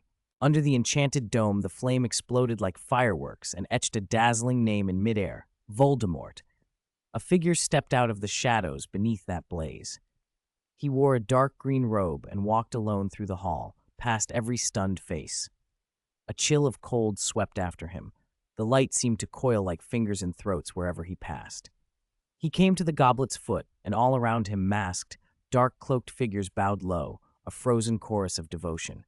He drew back his hood. "I heard someone say I was dead?" he asked, his voice low and cold as stone. Lord Voldemort stepped out of the darkness.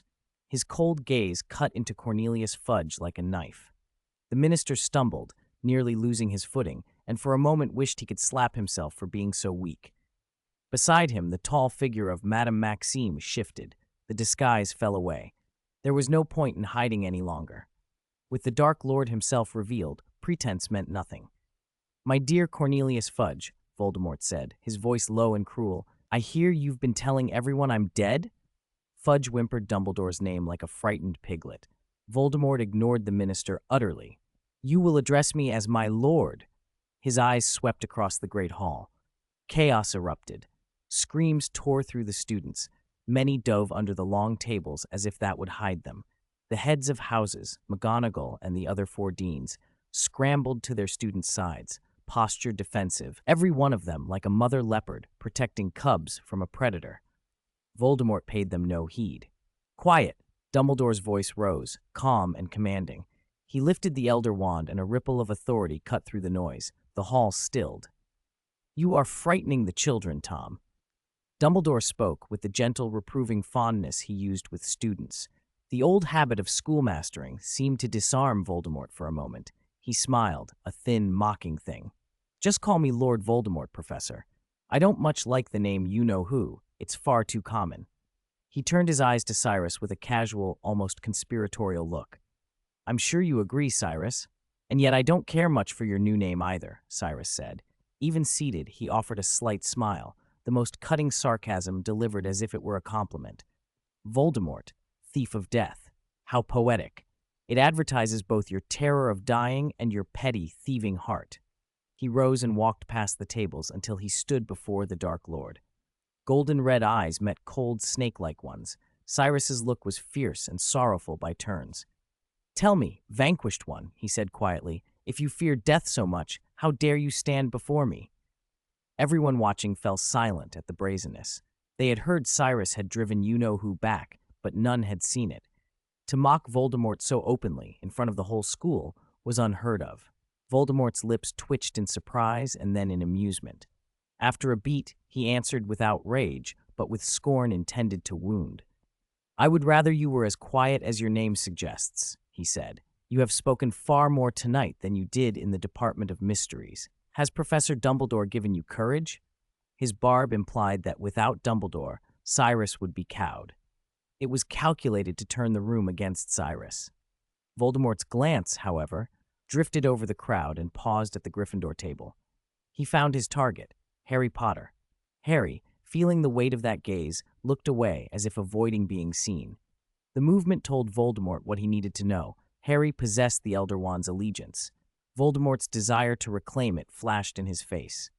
Before he could act, a dozen Aurors cut across the hall, wands leveled at Voldemort. "You-know-who and Death Eaters, put down your wands and surrender." Rufus Scrimgeour called, standing at their head. He limped but stood firm. "All Aurors are on their way. You have nowhere to run."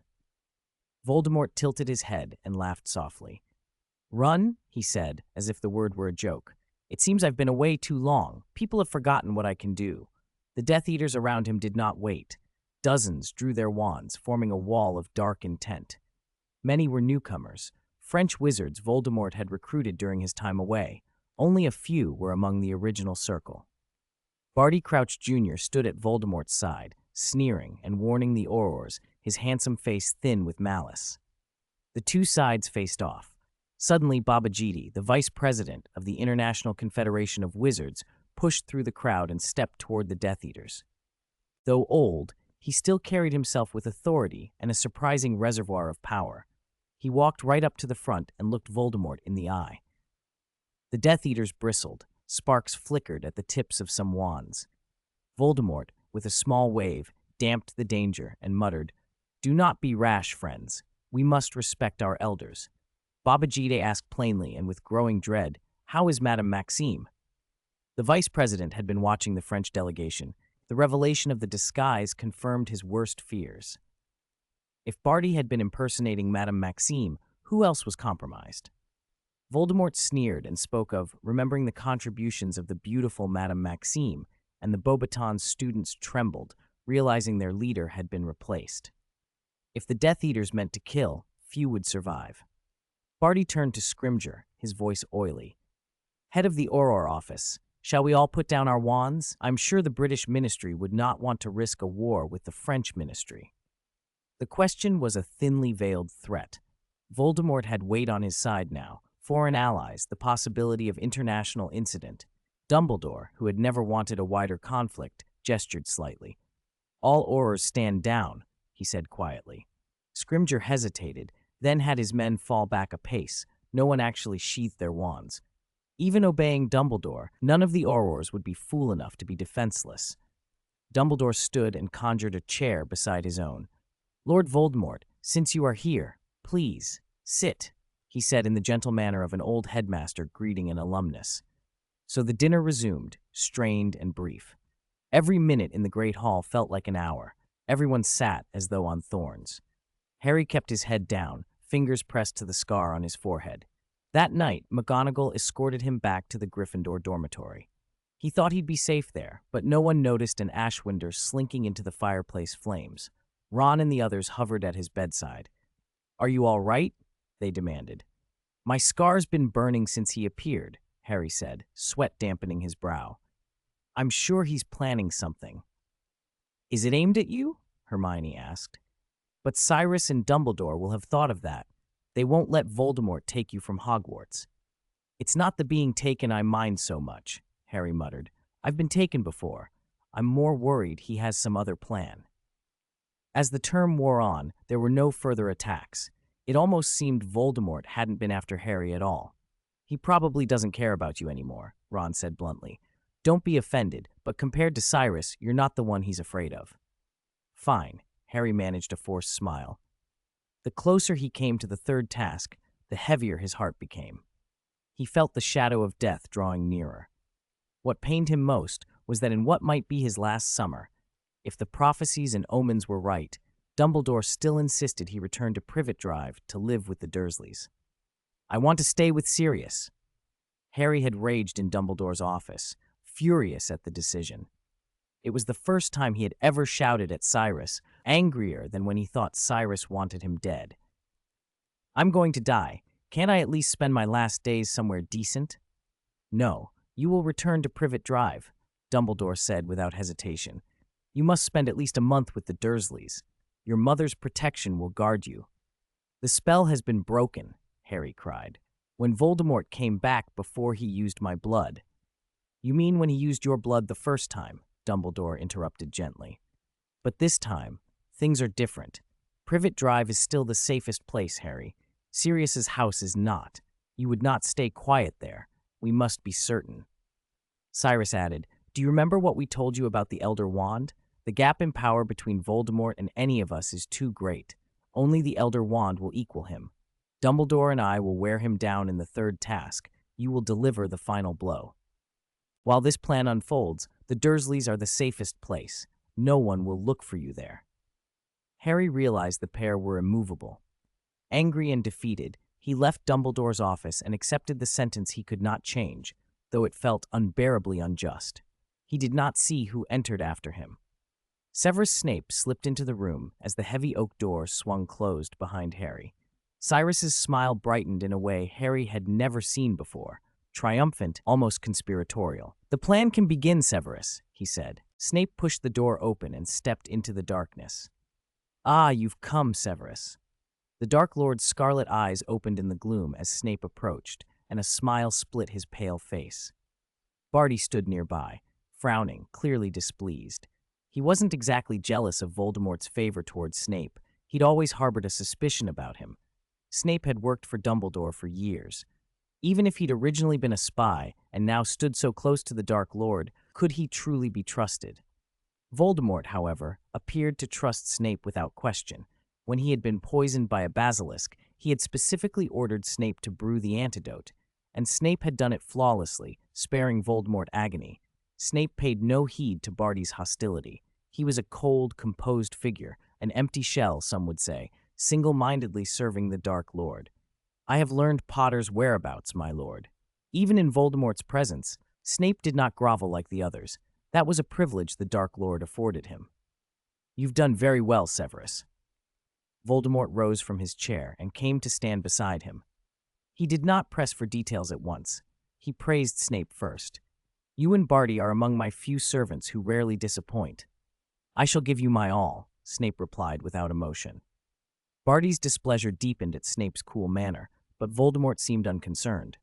Talent and usefulness earned his tolerance. Snape excelled at potions and provided intelligence that mattered. "Severus," Voldemort whispered, his voice slipping around Snape like a coiling serpent. "There is something I did wrong." He paced once around Snape. The air tightened. Snape felt as if some invisible force constricted him, shorting his breath. Even I make mistakes. Often they are grave ones." He paused, then fixed Snape with his dead black eyes. "I failed you, did I not? Severus?" "Master, I—" Snape's voice trembled. Voldemort went on, speaking as if from a wound. "I should not have killed Lily Evans. I promised you, yet I broke that promise, even if she brought tragedy upon herself." The words were a knife. Snape's chest ignited with fury, but he kept silent. He could not risk betraying the plan. "You lie, Severus." Voldemort ripped through the facade with surgical cruelty. For an instant, Snape longed to unleash everything, shout, tear, burn, but he held himself back. Voldemort went on before he could speak. "You loved her." The accusation struck harder than any insult. "All these years you have blamed me, blamed your master," Voldemort continued, his voice almost sorrowful. "That was my failure, turning the heart of one who was once loyal, driving him to side with our enemies." Snape thought, he knows everything." A cold knot of fear tightened in his shriveled heart. The Dark Lord never forgave betrayal. Reflexively, he stepped back, drew his wand with lightning speed. Voldemort, however, closed the distance in a heartbeat and reached out, pressing him down. The man's strength was astonishing. "Don't be hasty, Severus. Let me finish." Snape could not move. "I will not blame you," Voldemort said, sounding wounded. "It was my fault first." He paced slowly, then, as if offering atonement, produced something that flashed in his black, watery pupils, a rhomboid stone, utterly dark and yet shining with impossible clarity. "Perhaps you have not seen it, though you must have heard of it," he said like a tempter. "The resurrection stone. This is the secret of my return. If it can call me back, could it not call Lily Evans as well, Severus?" Snape said nothing. His abyssal gaze was already caught by the small stone. Voldemort's satisfaction deepened. He wanted Snape to be obsessed, to lose himself in the hope of bringing back Lily. "You could have it," Voldemort promised. "Revive whoever you wish." The words echoed. Snape lowered his head, torn. He knew the question he was about to ask might expose his earlier obedience to Cyrus's orders, but he forced himself to speak. "Master," he murmured, "I have seen a resurrection stone before. Cyrus, he has one too. It cannot truly bring back the dead, can it?" Voldemort's smile widened. "Of course it can, Severus. Otherwise, how was I revived?" He spread his arms demonstratively, offering proof he would not bother to explain. The truth was more complicated than a magician's trick. He set the translucent stone on the table like a shaft of light in the dark room, making it impossible for Snape to look away. Snape knew what would be required to get it. The choice was his. "All right, Severus, tell me about the intelligence you bring," the Dark Lord said, his voice outwardly steady but underpinned by restless waves. Snape swallowed and spoke. "Harry Potter has returned to his Muggle relatives. They plan to take him back to Hogwarts only the day before the third task begins." Voldemort nodded. The Triwizard competition meant all students would return to school for the summer term. That part was unsurprising. "This household, the Muggles, was always hard to find," he said. "We have searched for Potter's location for years and have failed. Where is it?" The Dursleys' house had been shielded by ancient protections. For so long, no Death Eater had found him. Snape drew a letter from behind his back. The envelope was creased and slightly yellowed. Voldemort took it, but did not need to open it. The address was scrawled on the outside in a neat hand. "Mr. Harry Potter Cupboard, under the stairs, 4 Privet Drive, Little Whinging, Surrey." "This is the first-year letter the school sent him," Snape said. "I have been waiting for this day, Master." He bowed. "You have done excellently. Once I reclaim the Elder Wand and the rest of my power, I will keep my promise." Voldemort left the room with Barty, the resurrection stone still on the table behind them. He did not take it. Snape stared at the stone, yearning and fearful, but he dared not reach for it. Voldemort would not hand it over until his intelligence was fully confirmed. Everything Snape had said was true, with one important omission. He had not told Voldemort that the Harry living at Privet Drive was not actually Harry Potter. Months earlier, Cyrus had performed a delicate human transfiguration on Harry, perfecting an almost flawless transformation. To help Harry pass as Cyrus and to protect both of them, the two had exchanged identities in secret. The Cyrus, who had met others recently and shown sharp mannerisms resembling Harry, was, in truth, Harry. The one actually at Privet Drive now, the one who would draw Voldemort's attention, was Cyrus in Harry's shape. 4 Privet Drive. Cyrus swung down from the motorcycle and hugged Sirius, who had brought him. Sirius did not yet know the full truth, only that the boy looked and spoke like Harry. After their first attempt at transfiguration had been detected by someone's keen dog nose, Cyrus had refined the spell until there were no obvious flaws. "We'll have to wait another month before the real fun starts," Sirius said, disappointed. "Want me to pick you up then? We could ride to Hogwarts, watch the competition, and afterward, I might be able to take you to France. It's dangerous there now. It's practically you-know-who's lair. But Arthur's keeping things in check. There are a lot of new things to see." "Of course." Cyrus, adopting Harry's familiar expression, pursed his lips, parting reluctantly but with an edge of anticipation. He clutched his bags, reluctant to leave. "Do you want me to warn them?" Sirius asked awkwardly. He wanted the Dursleys to treat Harry better. "No need, Sirius. I'm fine." Cyrus shook his head, hugged Sirius, and went up the path. Sirius watched him walk across the yard and ring the doorbell. After a moment, the door cracked open, and Vernon Dursley's walrus-like face appeared, gruff and unwelcoming. "Boy, I knew it was you," Vernon barked. "Why do you lot have these long summer breaks? They ought to keep you locked up at that school for life." Still, Vernon pulled the door wider to let Cyrus squeeze past him. There was no more room given his broad frame. "Good news," Cyrus said in Harry's voice as he forced himself past. "I probably won't be coming back after this summer." He meant it. Dumbledore and his allies were ready. They planned to end Voldemort once and for all. Afterward, the protection that had bound Harry to the Dursleys would no longer be needed. Vernon froze. "What do you mean?" "Nothing special," Cyrus said. He had Harry's temper, but not always Harry's gentleness. "Anyway, it's the last summer. Only a month left. Let's get along. No reason for everyone to be miserable." "Why should we get along with someone like you?" Vernon sneered. He and Petunia had feared Harry at first, but once they learned he could not do magic outside school, their fear had dimmed into contempt. "What good is it to be cruel to me?" Cyrus countered. "I know you don't like me on account of James Potter, but I'm still grateful to you." That small, almost sincere word, grateful, stunned Vernon and Petunia for a moment. Cyrus had always had restraint, but now he was carrying his suitcase up the narrow stairs. At the landing, he glanced at Petunia, thin-necked and small. She didn't look much like the pictures he'd seen of Lily. He had wanted to say something more, but he held back and climbed the last steps, taking the small room that used to be a cupboard and now served as a cramped bedroom. He sat on the narrow bed and stared out the window. There was nothing to do now but wait and be ready for when the shadows moved. Cyrus waited until July 30th. He hadn't expected Lord Voldemort to be so patient, not showing up until the day before the competition. He paced the empty Dursley house. Several days earlier, he had quietly cast a spell to send the 3 Dursleys to stay at Marge's aunt's for a few weeks. It wasn't vengeance, it was precaution. Posing as Harry, he couldn't risk using his full power around them and might not be able to protect the family if Death Eaters attacked. He hadn't expected Voldemort's people to delay until dusk. He plans to strike on the road, Cyrus thought. Voldemort's timing was obvious. The later he acted, the more relaxed Dumbledore and Cyrus might be. If he succeeded the night before the competition, there'd be no time to recover. It also meant Voldemort trusted the information Snape had fed him. Snape had given him confidence. "All right, let's go back to Hogwarts, Hedwig." Cyrus had already packed Harry's things. He traveled light, only a few items, but he'd brought the firebolt and Hedwig. The owl was too distinctive, snow-white, unmistakable, and he'd grown fond of her. If Harry later discovered he had survived, defeated Voldemort, and returned only to find Hedwig dead, that would be a cruelty Cyrus couldn't allow. He sat in the sitting room and idly played Dudley's game console for a few minutes. Then there was a knock.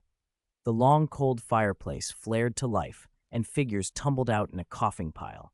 "Cough, cough! You stepped on my foot!" Sirius complained louder than anyone. He scowled back while Lupin nudged him forward. Arthur Weasley, Kingsley, Moody, Ron and the twins followed. A half-dozen more appeared, all covered in soot. Ron ran straight to him, face knotted with worry. "Are you okay, Harry?" he asked. "It's your birthday tomorrow, and this happens. I brought you a present, but I can only give it tomorrow." If everyone was still alive tomorrow, Ron thought to himself. Dumbledore thinks you know who may attack you, so he sent us to escort you, said Arthur, steady and calm.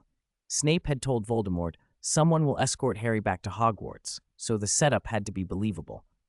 No one here knew the current Harry was an imposter. To them, a Death Eater coming to capture Harry was plausible. Voldemort had captured Harry before. Thank you. Cyrus gave a small, practiced nod. Then let's go. There was no elaborate disguise right then. Cyrus didn't need it. He only wanted the illusion of an escort. He meant to be captured, to return the Elder Wand's allegiance to Voldemort's hand. Let Voldemort rise and he'd fall harder.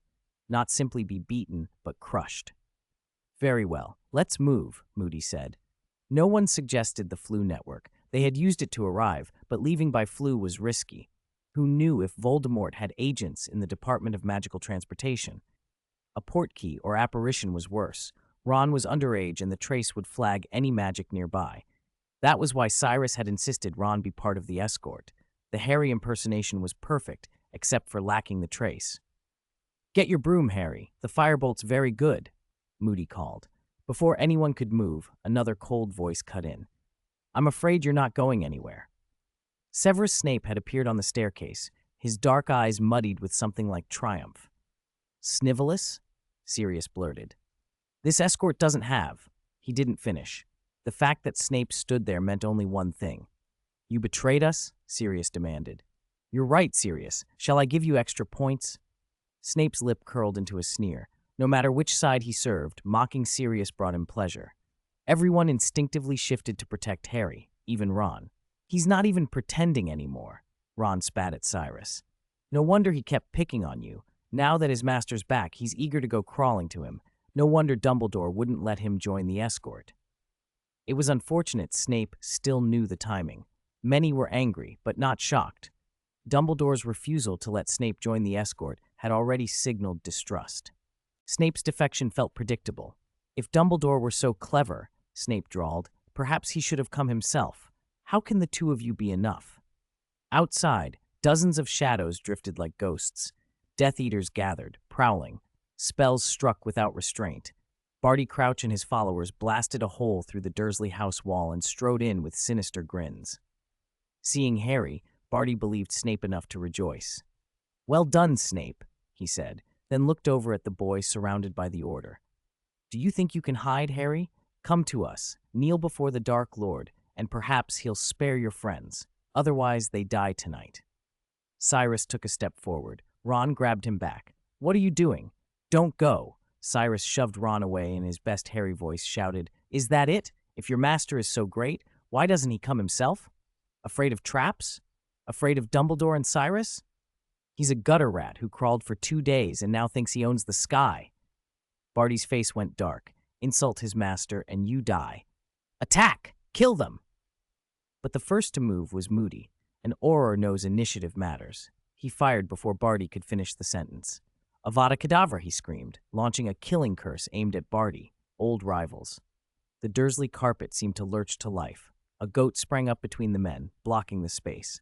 It bleated once and was struck by the curse, turning immediately back into a tattered rug.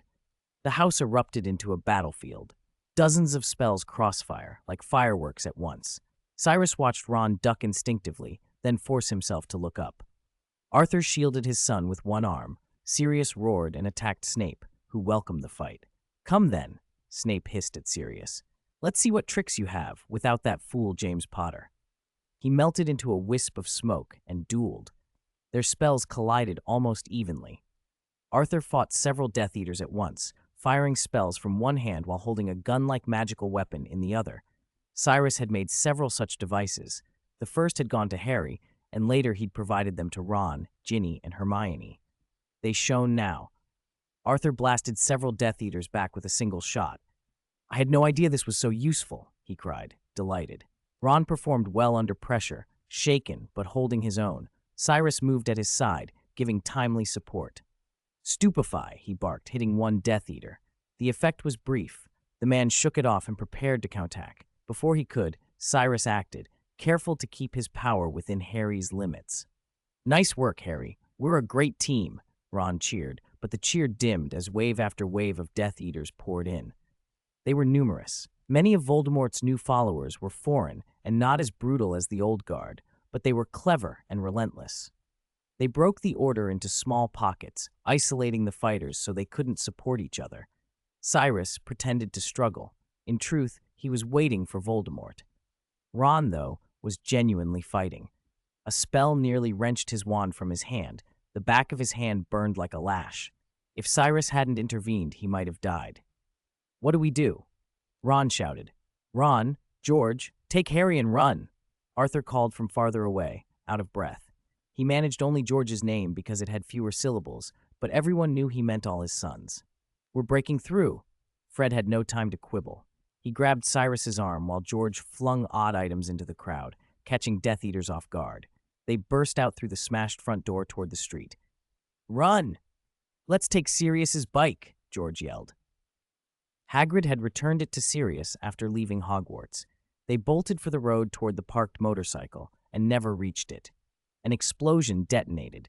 The motorcycle was obliterated by a single, unseen blast. Privet Drive itself shattered. The asphalt splintered like pebbles, the force of the magic like a gale that nearly knocked them down. Cyrus stumbled backward and collided with a cold, hard chest. Lord Voldemort had arrived. "You are in my grasp, Harry," the Dark Lord said. Cyrus allowed a small inward smile. "You've walked into my trap, Voldemort," he thought.